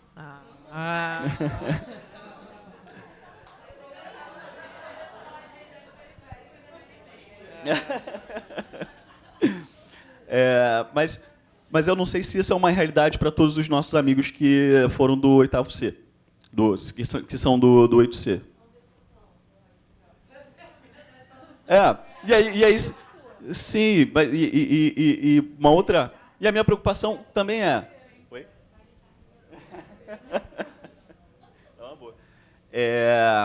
De saber assim, quem realmente teria interesse de conhecer. Porque assim, uma coisa é falar, eu tenho interesse, porque está num estágio probatório, obviamente vai querer demonstrar que tem interesse no que envolve o trabalho. Mas assim, meu incômodo é quem realmente tem interesse, quem teria vontade de conhecer esses lugares, quem teria vontade de conhecer essa realidade, que vai muito do que o Marcelo falou. Eu não estou responsabilizando as pessoas. Muitas vezes é a falta de oportunidade de conhecer esses lugares e ver que a realidade desses lugares é totalmente diferente de uma realidade da Zona Sul ou da Barra da Tijuca. Então, essa é uma provocação que acaba sendo um incômodo que eu gostaria que futuramente pudesse ser debatido. Inclusive, já aproveito para convidar o pessoal que ainda não conheceu o Campo Grande para tomar um caldo de cana lá, conhecer o calçadão, que o calçadão de lá é melhor do que o de Bangu, mas a gente vê o de Bangu também para vocês compararem.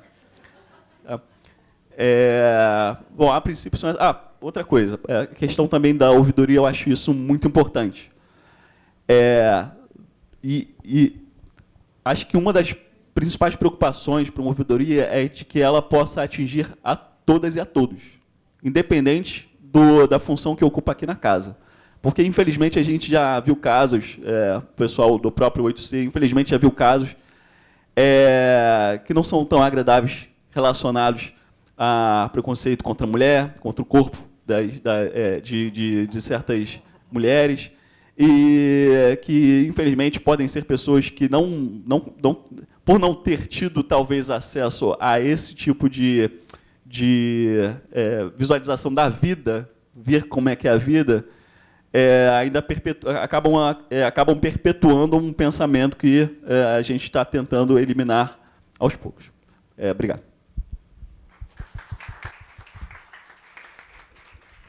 Obrigada, Diogo.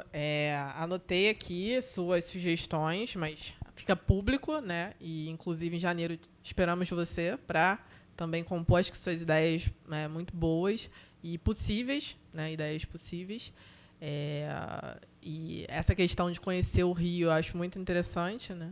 A gente já está extraoficialmente, né? Já existe um grupo para conhecer regiões que não se limitem à Zona Sul do Rio.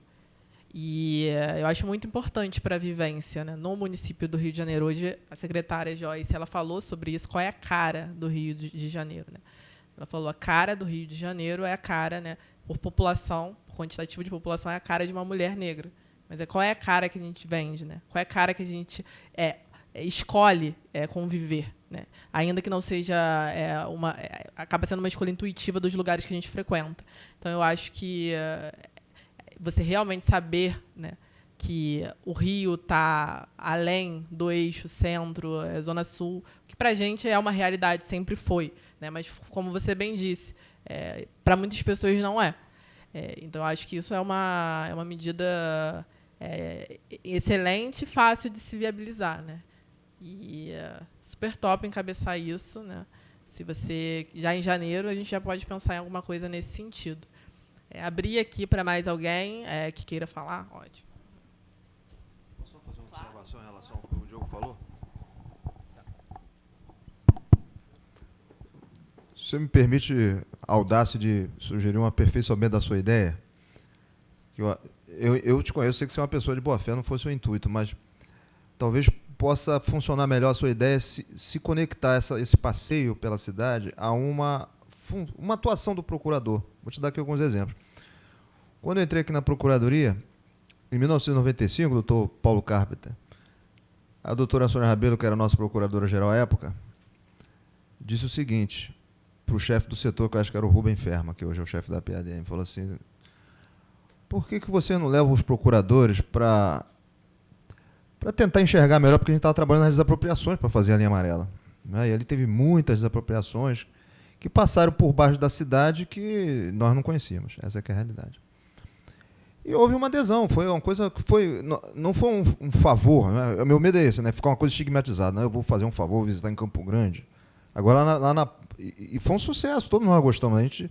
O nosso trabalho passou a ficar mais interessante, porque a gente vê assim, Rua Pompílio de Albuquerque, número 71, Casa C. O que é aquilo ali? Aquilo era um número, né? Quando a gente entendeu a importância que nós estamos fazendo de conseguir a emissão de posse a tempo para fazer uma linha, a linha amarela, na verdade, é um desenho feito por um arquiteto na época do governador Carlos Lacerda, 1960, e que já era uma obra necessária no Rio de Janeiro há muito tempo, né? Que era um corte horizontal que não havia para melhorar o trânsito na cidade. Hoje nós estamos trabalhando, você falou em Campo Grande, a Ana sabe disso, nós estamos fazendo as desapropriações na Procuradoria de Urbanismo e Meio Ambiente, onde eu estou lotado atualmente, do anel viário de Campo Grande. Fica a minha sugestão, né? A sugestão. Isso, vamos lá. Porque está conectado, os procuradores da Puma, mas não ser uma coisa forçada, levar o procurador da dívida ativa, não é isso? Por exemplo, os procuradores da PAS, eu tenho acompanhado o noticiário aí, que sai divulgado na rede social, não, lá no e-mail institucional da PGM, foram em Benfica, se eu não me engano, né? Porque lá foi feito um grande centro acho que de cirurgias do olho, de uma forma geral, né?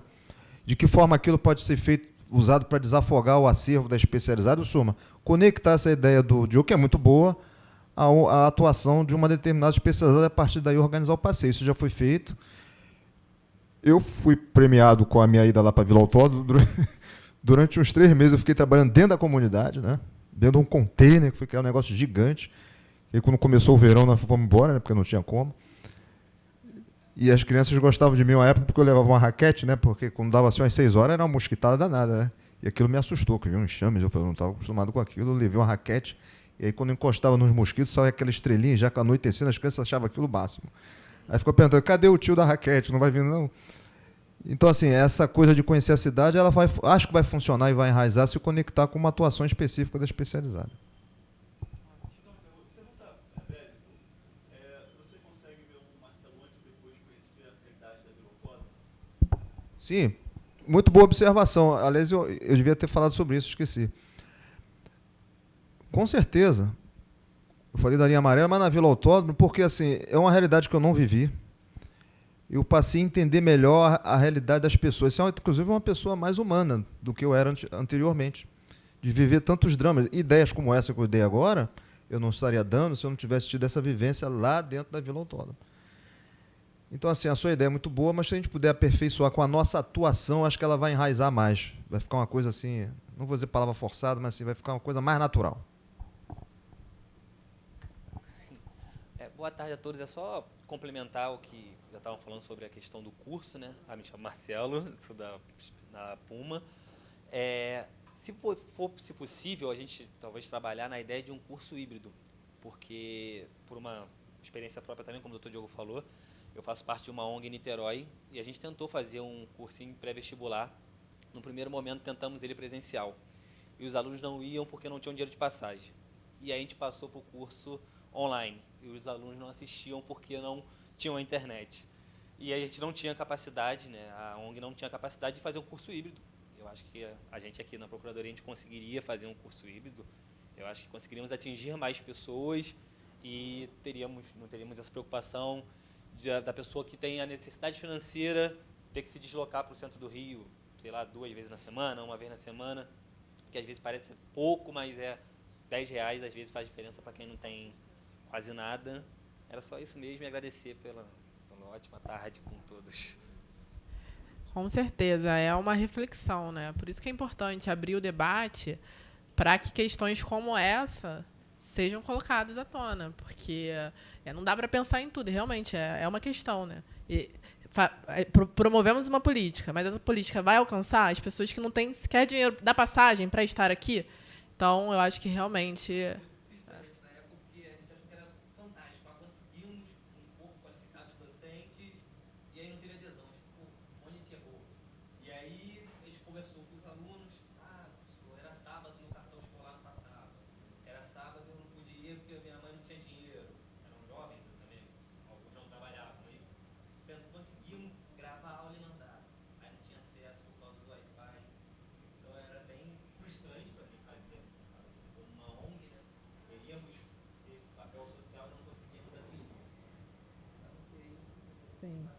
Ótimo. Então, Beatriz, Sara, Marcelo, parabenizar pelo evento e pela coragem de colocar num ponto que é sensível para todo mundo, né? E aí eu vinha só fazer uma sugestão, complementando até a ideia do curso, da ONG. Foi uma coisa que, para mim, foi uma ferramenta que faltou. E eu vejo que em qualquer circuito de estudantes acontece. Talvez também salas de estudo. Por quê? Exatamente pela questão de dificuldade de se concentrar num ambiente muito confuso, com N questões. E, hoje, você diminui o número de bibliotecas públicas. Então, fica cada vez mais difícil você ter um ambiente tranquilo, seja para você até procurar um Wi-Fi, seja para você estudar, seja para você ter acesso ao material. Hoje você tem tudo online, mas quem garante que uma pessoa não quer pegar um livro, não quer consultar um DO que seja? Então, assim, o acesso a uma sala de estudos talvez fosse uma ideia que incrementaria o curso que vocês estão falando. Então, seria uma ideia a mais, que vem aí, talvez com horário marcado, né, sinalizando, mas isso viria, talvez, num retrocesso de uma questão de híbrido, de digital, mas que é necessário, porque nem todo mundo vai se adaptar. Aí eu falo até dos deficientes visuais, né? Enfim, você tem outras dificuldades que as pessoas do concurso também enfrentam. Então, talvez uma sala de estudos ou até um acesso em braille, etc., pode ser útil também, uma nova ferramenta que a Procuradoria conseguiria incrementar. Então, só uma ideia, sugerindo aí sala de estudos ou biblioteca, algo num misto aí, numa pegada mais diferente, eu diria assim, para abranger mais o maior público que seja possível. A sala de estudos, no meu processo, durante o tempo de estudo, eu estudei assim, mais ou menos 3 anos e alguma coisa para concurso, com foco no Rio de Janeiro, mas eu fiz prova o Brasil inteiro. E a sala de estudos, para mim, foi muito importante, porque eu fiz estágio na Procuradoria, depois eu passei para a residência, e eu sempre morei em São Gonçalo. Por isso que eu até falei de São Gonçalo. Então, assim, era inviável sair da residência ou do estágio e voltar para São Gonçalo e conseguir estudar. Então, ter uma sala de estudo... Obviamente, eu tive a oportunidade de ter uma estrutura mínima, de conseguir pagar e alugar uma salinha de estudos aqui no centro do Rio, mas isso foi essencial. Assim. Por isso que eu falei que eu abri um sorriso quando você falou, porque eu considero um dos fatores ter esse tempo, e a biblioteca pública não era uma opção nem antes da pandemia, por conta do horário, para mim, porque todo mundo sabe que o São Gonçalo não é o município mais seguro do Rio de Janeiro. Então, eu não podia chegar em casa também tão tarde. Então, eu tinha que fazer esse estudo no meu horário. E aí, a biblioteca não estava aberta. Então, eu tive que optar por alugar ali mensalmente uma sala de estudos. Mas eu acho também que é uma ideia muito boa. Para mim, foi essencial ter esse momento ali de estudos, se a gente pudesse fornecer de forma gratuita isso, né? Porque é isso, né? Não é todo mundo que vai ter a oportunidade de pagar mensalmente um lugar para estudar. Se a gente puder fornecer de forma gratuita ou com valor irrisório, não sei realmente, é uma ideia também, óbvio, que é uma medida que precisa realmente ser pensada para a gente conseguir estruturar minimamente. Mais uma vez, conclamo aqui nosso presidente da ProRio, Vinícius, a pensar em conjunto, passar todas essas ideias para a Arícia, mas eu acho que realmente é algo a se pensar aí, porque foi essencial, e acredito que de outros colegas aqui, porque eu fiz amigos de concurso na salinha de estudos, né? Acho que muita gente aqui fez isso. Essa ideia da sala, Roberta, como sempre, você dá as melhores ideias, né? É uma coisa para a gente pensar com a Joyce, né, que veio aqui, secretária municipal. Eu acho que qualquer desenho que a gente pense institucionalmente, seja para implementar a ideia do Marcelo Marques, seja para implementar questões também de popularizar o acesso à nossa residência, aos cursos que a gente ministra na casa, a gente vai precisar de auxílio de outras secretarias se a gente quiser ter um alcance.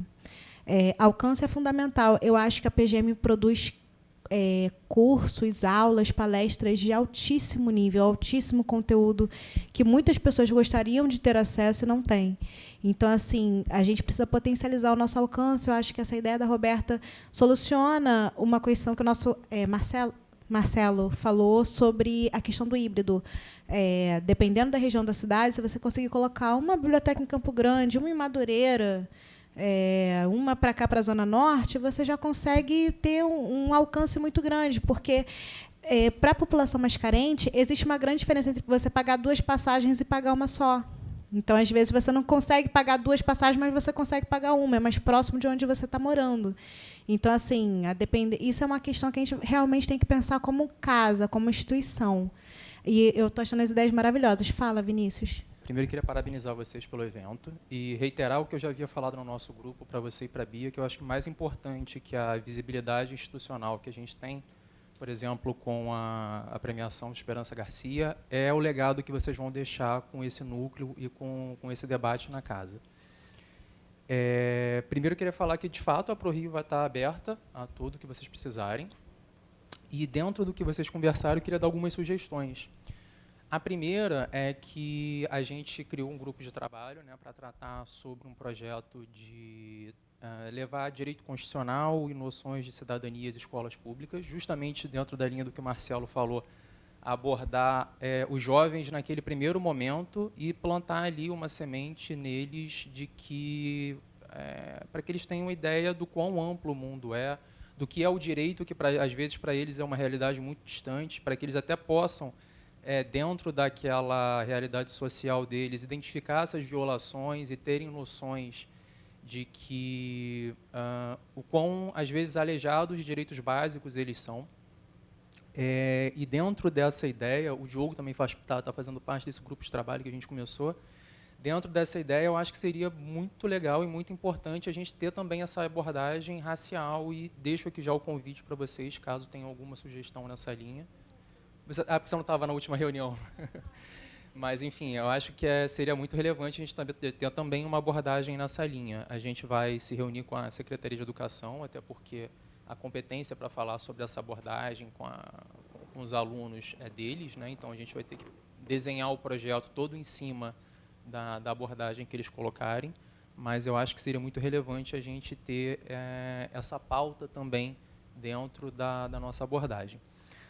Um segundo aspecto, dentro do que vocês falaram de sugerir a realização de cursos e tudo mais, eu já vi uma iniciativa muito legal de uma amiga minha, colega de concurso na PGE, que é a Fernanda Santiago. Hoje ela está na PFN. Na verdade, hoje ela é assessora no Ministério da Fazenda, mas a PFN foi uma questão institucional da associação deles, e aqui eu já disponibilizo a nossa associação, caso venha a ser aberto o próximo concurso dentro da minha gestão, que eles fizeram um cursinho preparatório pela associação deles com caráter racial e social. Ou seja, era um curso gratuito voltado para pessoas negras e pobres. Eu não sei qual foi o resultado dessa ação, porque eu acho que o concurso ainda não terminou há pouco tempo, mas eu achei uma iniciativa muito interessante. Eu acho que, dentro do que vocês estão debatendo, a associação também está disponível para, caso seja do interesse de vocês, a gente fazer essa abordagem. Eram professores voluntários dentro da própria PFN, associados, que se disponibilizaram a dar aula, e eles fizeram módulos para todas as etapas do concurso. Primeira fase, segunda fase e, principalmente, a fase oral. Geralmente são cursos muito caros, que as pessoas não têm dinheiro para pagar, e eles marcaram reuniões, enfim, dentro de uma lógica de acessibilidade, tanto da parte do dinheiro quanto da parte do local, que a gente sabe que essas pessoas também, muitas das vezes, têm dificuldade de deslocamento.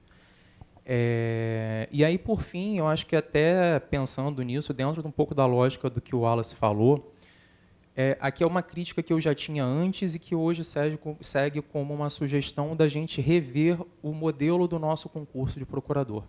A Bia sabe que é uma questão polêmica. E já conversamos muito sobre isso. Já conversamos muito sobre isso. Eu, na época do concurso, não estava morando aqui, estava morando no Rio Grande do Sul.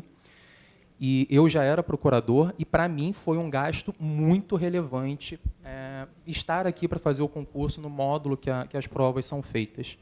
E se para mim, que tinha um cargo com salário que de 1% da população do Brasil, foi um gasto relevante, você imagina para uma pessoa pobre, uma pessoa preta. Eu acho que esse intercâmbio cultural que a gente tem hoje com os colegas de fora é muito importante. Todos eles trazem contribuições e experiências de vida que são muito relevantes e que contribuem muito para a nossa visão de casa e para a nossa visão de município. E dentro daquela lógica que o Wallace falou, eu acho que a gente acaba alijando uma parcela relevante da sociedade, enfim, de estudantes e de concurseiros que muitas das vezes nem se inscrevem no concurso, já vendo como é feito o desenho das provas, porque sabem o gasto que aquilo ali vai implicar e sabem que muito provavelmente não teriam condições financeiras de arcar com aquele custo. Então, é uma questão que eu também pretendo levantar, caso venha a ser aberto no próximo concurso, dentro da minha gestão, porque eu acho que é uma questão que precisa ser repensada não só e não só dentro dessa lógica de atrair colegas de fora, essa experiência de fora, mas também, muitas das vezes, é aquela pessoa que não consegue sair do trabalho para fazer uma prova oral durante a semana também. Aquela pessoa que não é seletista e aquele trabalho ali que o chefe não tem aquela compreensão e aquela parceria, e que muitas das vezes a pessoa simplesmente perde o concurso por uma banalidade, vamos colocar assim. Então, acho que é isso, gente. Como eu falei, a ProRio está aberta ao que vocês precisarem e é isso. Adorei as suas ideias. A questão do social com o racial também é importante, pelo que o Diogo falou, para que a gente foque, né, no público que realmente precise ali. Eu acho que talvez possa ser, enfim, pensando aqui, tá? São ideias de fazer algo mesclado, uma cota social e uma cota racial, mas que é importante também ter uma cota puramente racial, para além da questão social, mas também que, eventualmente, tenha uma cota social para que abranja uma parcela da população que não se considera negra e preta ou parda, para que essa parcela social também venha. Mas eu acho importante também a gente colocar a questão com enfoque racial e cumular isso. Por que não cumular isso, né? A questão do voluntariado vai ser muito importante para viabilizar isso, né? Você falou que a experiência da sua amiga foram professores voluntários, certo? Então, né, meus colegas que estão aqui, eu dou aula, a Sara também, Mariana, tô citando, Simeão, porque a gente vai precisar dessa força, né, dessa mão de obra, e, óbvio, dos colegas dos outros concursos também, né, Marcelo? E lembrando que Educafro é voluntário também, é um sistema parecido com o que o Vinícius trouxe. Eu não conhecia essa experiência, é mais uma, né? Ao longo da vida, eu aprendi a gente olhar a experiência acumulada pelos outros, né? Então, se já há uma experiência, acho que valeria a pena a gente conversar com eles para saber o que funcionou, o que não funcionou, para a gente ganhar tempo, né? E já começar lá na frente, a gente nutrir da experiência alheia. Pensar em como vai se dar essa conversa, né? E eu me disponibilizo aqui 100% para atuar. Diogo, já vou te dar a palavra também. A questão da Secretaria de Educação, eu acho excelente, acho que é mais um viés de atuação. Eu vou falar do concurso depois, mas acho que o Diogo quer fazer alguma consideração agora. Tá, Pedro. Só uma consideração rápida. Não, eu falo aqui. Tá. Pensando nessa ideia do que o Vinícius havia falado, pode-se pensar também num modelo subsidiado. Assim, abrir para outras pessoas que tenham condições de pagar um curso para subsidiar aqueles que não têm. Porque é comum, por exemplo, eu já vi algumas vezes acontecer de ter uma espécie de vaquinha, por exemplo, para adquirir livros para pessoas que não têm essa possibilidade. Então, poderia ser um modelo a ser pensado. Eu só queria pontuar, porque a gente está falando com essa ideia da sala de estudos e hoje, a Procuradoria do município ela dispõe de uma biblioteca e um espaço, inclusive com sala de estudos, com acesso à internet, que não é restrito aos servidores e procuradores da casa, ele é aberto ao público. Então, inclusive, o nosso acervo também é disponibilizado ao público. Então, a gente está falando sobre, precisa existir uma sala de estudos na Procuradoria do município, mas ela já existe, né? Nossos estagiários, residentes, vejo pessoas de fora também acessando e utilizando, inclusive do nosso acervo. E acho que é importante pontuar essa necessidade, talvez, de divulgar o espaço que já existe na nossa casa. Ele funciona a partir das 11 horas, mas acho importante pontuar. É isso. Boa tarde, meu nome é Wellington, eu sou servidor do quadro de apoio, analista administrativo. Estou aqui desde 2010, mas fui estagiário em 2003, estagiário do Dr. Marcelo, fui aluno dele, Direito Constitucional. Eu queria pontuar aqui que é muito bom ouvir da nova geração de procuradores e da casa como um todo, principalmente de vocês, nova geração, a preocupação com o social. Eu acho que o concurso de vocês está sendo um divisor de águas. E eu fico muito feliz de ouvir as ideias de vocês. Obrigado. Wellington, obrigada, tá, pelo carinho. Obrigada, Wellington. Logo antes da minha fala, eu que sou chorona, mas não vou chorar. Não, gente, é uma observação, assim, eu como mulher branca, às vezes tenho receio de me colocar em alguns debates antirracistas por medo, talvez, de parecer que quero tomar algum protagonismo. Mas aprendi também, lendo na Djamila, que todos nós temos lugar de fala, né? E eu, como mulher branca, tenho meu lugar de fala. E, se posso contribuir de alguma maneira, uma coisa que também ficava no meu imaginário e eu fui desconstruindo depois de um certo tempo e com uma certa leitura, é a gente diferenciar o social também do racial, né? Porque cada um tem aqui a sua particularidade, a sua criação veio de determinados ambientes, e eu, como mulher branca, ainda que eu tenha vindo de uma família de classe média ou média baixa, eu não sofro e nunca vou sofrer as mesmas experiências relatadas pelas minhas colegas pretas.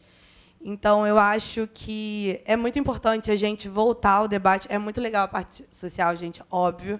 Eu acho que a gente tem que pensar, sim, em alternativas, como procuradoria, de combater as questões sociais, mas o enfoque racial ele é muito importante e ele não é só colado ao social.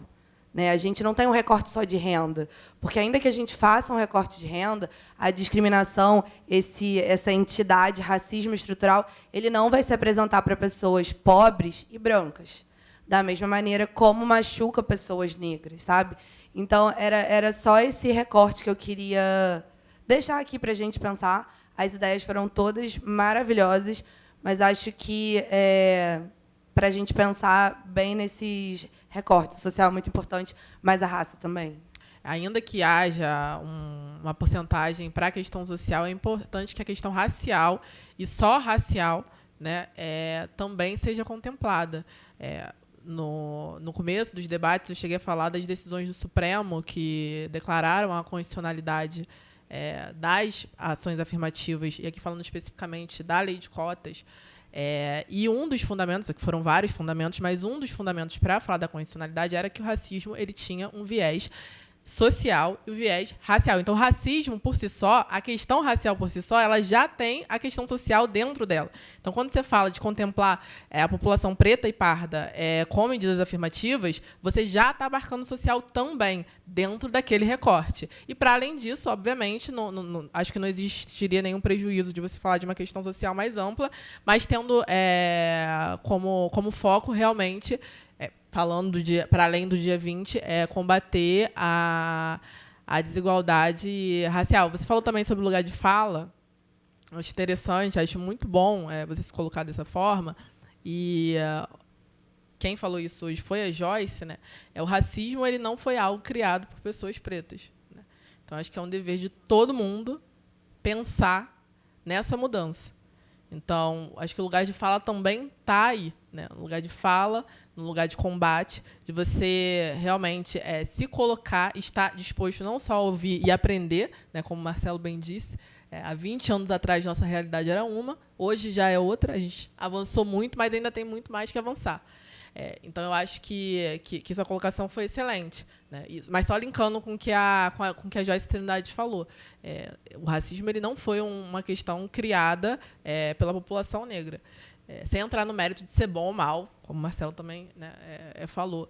Acho que é importante que todo mundo promova esse debate. Que bom ver que aqui a gente tem um público realmente, tanto do ponto de vista, né, de carreira, um público geral, assim, e também que pessoas brancas, pessoas pretas, pessoas pardas estão aqui literalmente juntas e misturadas para, durante a tarde, né, começamos 13 horas e até agora, já são 17h20, debatendo sobre isso. E, só para complementar em relação ao que o Vinícius falou do concurso, eu acho que realmente isso é algo que a gente, que em algum momento vamos necessitar refletir a forma do concurso, e aqui sem nenhuma crítica, tá? Pelo contrário. Hoje eu tenho muito orgulho de falar que eu sou procuradora do município. É um concurso muito difícil, né? É um concurso realmente assim para sobrevivente. Eu sempre vou ressaltar que o 8º concurso, a questão da pandemia deixou isso ainda mais acalorado, mas são muitas fases, são muitas provas específicas e depois uma banca, uma prova oral, né, com figuras que apenas o nome já, pelo menos a mim, não sei a vocês, mas a mim, né, já causava certo tremor. Alexandre Aragão, Marco Antônio Macedo. Então, assim, você já te dá uma... E eu acho que realmente, talvez o tempo do concurso, não sei, você focou bem na questão de serem muitas fases, e os amigos, né, que são de fora do Rio, que vieram, eu não tive esse problema porque eu sou do Rio, mas muitos amigos, né, o nosso concurso, que bom que muitas pessoas de fora, Simeão, acho que está aqui representando, né, foram aprovadas, mas existiu uma dificuldade, acredito, né, financeira. Não conheço nenhum herdeiro que tenha passado no 8º concurso. Então, assim, todo mundo teve uma dificuldade financeira, uma dificuldade de conciliar as tarefas, né, ordinárias com as vindas reiteradas para o Rio.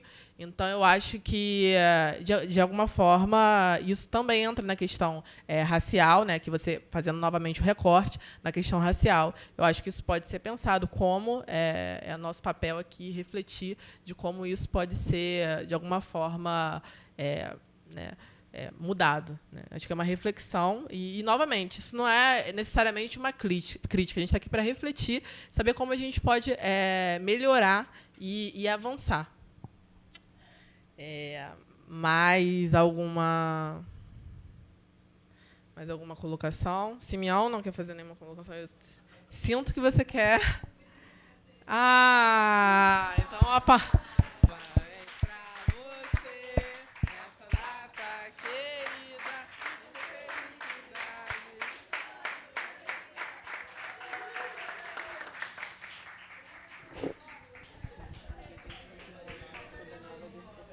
eu tenho uma colocação para fazer. Nós ganhamos o melhor do Ceará. Desculpe só fazer a interrupção, o Simeone ficou um pouco abatido com a derrota do Fortaleza, mas eu já falei para ele que eu, como tricolor aqui do Rio de Janeiro, já passei também por essas decepções, que nada como um dia após o outro. Pessoal, para finalizar não, aqui, finalizar, não, Daniel, tá eu deixando. sei, a gente vai... Então, nós recebemos... Obrigada.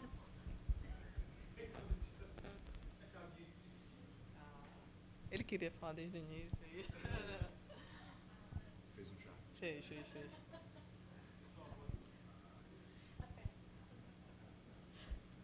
Boa tarde a todos, quase boa noite. Primeiro, quero parabenizar a organização do evento. Realmente, como o próprio título já fala, para além do dia 20, né, o dia 20 como símbolo aí da luta do movimento negro, inclusive, se eu não me engano, esses dias, ou não sei se foi ontem, foi aprovado como um feriado nacional. Sim, além do feriado, para além dessas questões que a gente sempre olha do lado egoístico, né, um feriado, um dia não útil, mas assim, um convite à reflexão nessa data, mas que não fique só nessa data. É importante que a discussão do movimento antirracista ela se perpetue por todo o ano. Então, quero parabenizar vocês pela organização. Foram exposições excelentes. Sim, discussões de altíssimo nível intelectual, mas, sobretudo, um nível humano, de sensibilidade fora do comum. Muitas vezes me emocionei com as falas de vocês, e é justamente isso. Uma palestra, né, ela não deve ser só para a gente ouvir e aprender aquele conteúdo ali teórico. Mas o mais importante disso é saber como a gente vai utilizar aquele conteúdo e as práticas que foram passadas na ação. Então, realmente, como foi falado, não posso falar como era a PGM antes da entrada dessa diversidade de pessoas. Mas a minha percepção antes era PGM Rio, o Rio por si só, o retrato do Brasil para o mundo inteiro, mas a gente conversava com os membros da PGM do Rio, a gente só ouvia o mesmo sotaque. A gente só via Nada contra, tá, gente? Nada contra, eu adoro o sotaque de vocês. Mas, assim, o Rio, em que nós temos uma pluralidade étnica, uma pluralidade regional. Então, o Brasil todo está no Rio de Janeiro, o mundo todo está no Rio de Janeiro. Então, quando eu tomei posse, eu conversei com várias pessoas e achei, assim, fantástico como o 8º concurso trouxe essa pluralidade que a PGM Rio tanto merecia. Não só pessoas de outros locais, mas, sobretudo, também, que é o tema de hoje, que foi muito importante termos a presença de vocês, e aí, com todo respeito ao Dr. Marcelo, mas as minhas amigas Bia e Sara, que abrilhantaram aqui com, além da maestria feminina, mas também como duas mulheres pretas. A Sara, a Bia eu tive contato durante o concurso, mas a Sara eu tive um contato mais intenso. E eu via como a Sara, ela tinha a vontade, mas eu acho que eu percebo que muitas vezes acontece na vida. A autoestima da pessoa negra, ela é destruída. A Sara conversava comigo, ela falava, gente, eu não vou passar, eu não sou capaz. Ela olhava para mim e falava assim, se eu passar é por causa de você. Não, Sara, você fala isso para mim, agora eu vou deixar público. Você passou por sua causa, você passou pela sua inteligência, pela sua integridade, pela sua força de vontade, e você traz essa história tão rica para a nossa casa. Então, a gente, não é arquivo confidencial, mas eu acho que mas eu acho que é importante porque você disse que eu trouxe o melhor do Ceará, né, para a PGM do Rio, mas a gente tem o melhor do Brasil em você, na nossa casa, como esse símbolo de... e outra coisa, você falava que não vou passar. Você passou por sua causa, primeiro de tudo, pela sua luta, pelo seu esforço, e a PGM Rio ganhou, não tenho a menor sombra de dúvidas, que uma das melhores procuradoras que ela poderia ter ganhado. Porque você não traz só a sua experiência prática, mas você traz sua experiência de vida, você traz sua história, e que você vê aqui todo mundo... Bia, desculpa, eu considero o mesmo de você, mas a Sara tem uma relação muito especial. Ela mora no meu coração, assim, a nossa história do concurso, ela passou por uma pandemia. Então, todos nós ficamos muito próximos. Quando a gente entrou, todo mundo era muito amigo.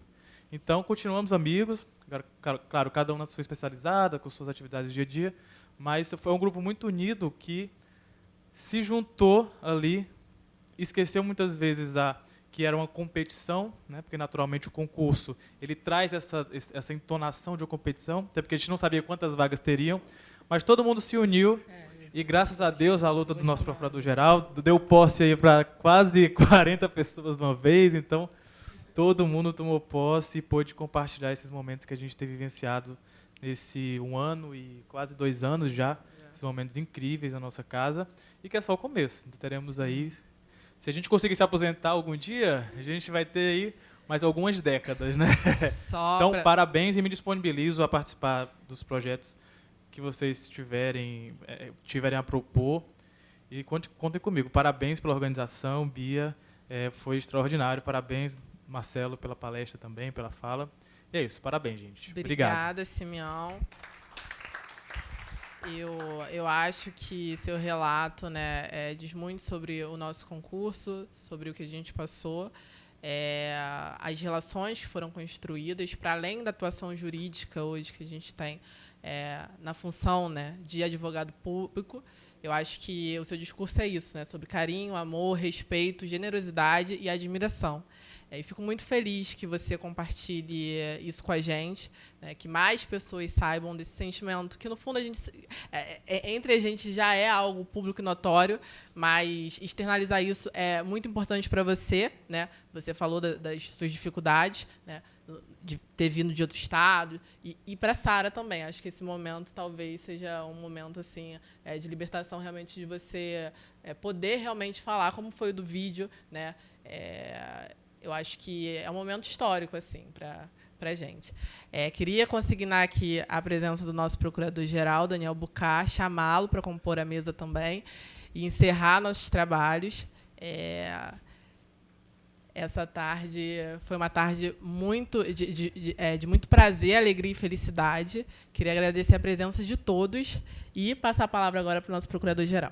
Naturalmente, quero desculpar por não ter estado aqui durante todo o evento. Foi uma pena por conta da agenda super apertada, mas eu pedi para... Estou lá numa reunião que eu parei, saí só para vir aqui falar com vocês e parabenizar a Beatriz, a Sara. Beatriz, que está à frente aqui do núcleo contra o racismo e intolerância a favor da diversidade. Eu também, o Marcelo Marques, que também cumprimentar o ex-procurador-geral, que iniciou o processo do concurso de vocês. Tem que sempre deixar muito claro isso. E dizer que é uma alegria ter isso aqui na Procuradoria. A Procuradoria é a ela com um novo concurso, não apenas um novo concurso, mas ela já vinha mudando ao longo dos anos, e ter essa lufada de ar fresco, de novos ares, de novos pensamentos, até mesmo para corrigir erros do passado. É importante que a gente tenha enfim, esse olhar, esse espelho, e que comece sempre com vocês. Essa iniciativa, realmente, espero que ela veio para ficar. A gente vai falar disso bastante, tenho certeza, aí, ao longo da nossa carreira, né? Enfim, minha carreira também faz parte disso daqui. Vou sair daqui, vou voltar a ter meu acervo, se tudo der certo. E vai dar. Vai dar, né, Marcelo? Porque volta a dar certo, que dá certo, né? E a gente tem que falar sobre isso, enfim, tocar nossa vida e tocar nossa vida com a realidade que nos cerca. Aqui a nossa Lisiane, nossa presidente da Associação do Quadro, está aqui também presente. É importante essa liderança. Mas é isso. E dizer que realmente, achei muito bacana, achei muito legal a iniciativa. Eu vi o vídeo que vocês fizeram, fiquei super emocionado. Só falei para Mariana que tinha que ter tido um microfone de lapela, que ela esqueceu, que a gente já tem. Que a gente já tem, já falei para ele comprar, que ela esqueceu de colocar, mas a foto ficou linda, ficou tudo muito bonito. Marco Antônio. Eu acho que é o residente que também estava ali presente no vídeo, aí que está querendo Manuel Simão, muito bacana, super legal. Eu acho que é isso. Isso aqui é um lugar que a gente tem que ter alegria em trabalhar. Nós vamos ficar, os servidores aqui vão ficar aqui 35 anos, ainda que os residentes estagiários fiquem aqui por menos tempo, mas que saibam que aqui é uma casa tem que ser uma casa de acolhimento, tem que ser uma casa de acolhimento. Um ambiente de trabalho que todos, em todas as suas mais expressões e desejos e interesses e opções existenciais são todos muito bem acolhidos. Repito, ainda que tenhamos alguma forma errado no passado, hoje a gente tem que saber que todos realmente são acolhidos aqui nessa casa. E essa casa que é um ambiente de trabalho, que é um ambiente que a gente passa muito tempo, e é um ambiente que todos nós devemos nos sentirmos pertencentes e tendo aqui um ombro amigo, uma casa, uma instituição que a gente possa contar sempre. É isso, então agradeço muito essa iniciativa. Também parabenizar a diretora do Centro de Estudos Arícia, que não está aqui presente, que também foi uma grande incentivadora, né? E que, de toda forma, trouxe para a gente, para a PGM, acho que um dos nossos primeiros prêmios, que foi o Prêmio Esperança Garcia, justamente por conta dessa iniciativa. Então, parabéns. Tenho orgulho de ser colega de todos vocês. Muito obrigado, parabéns.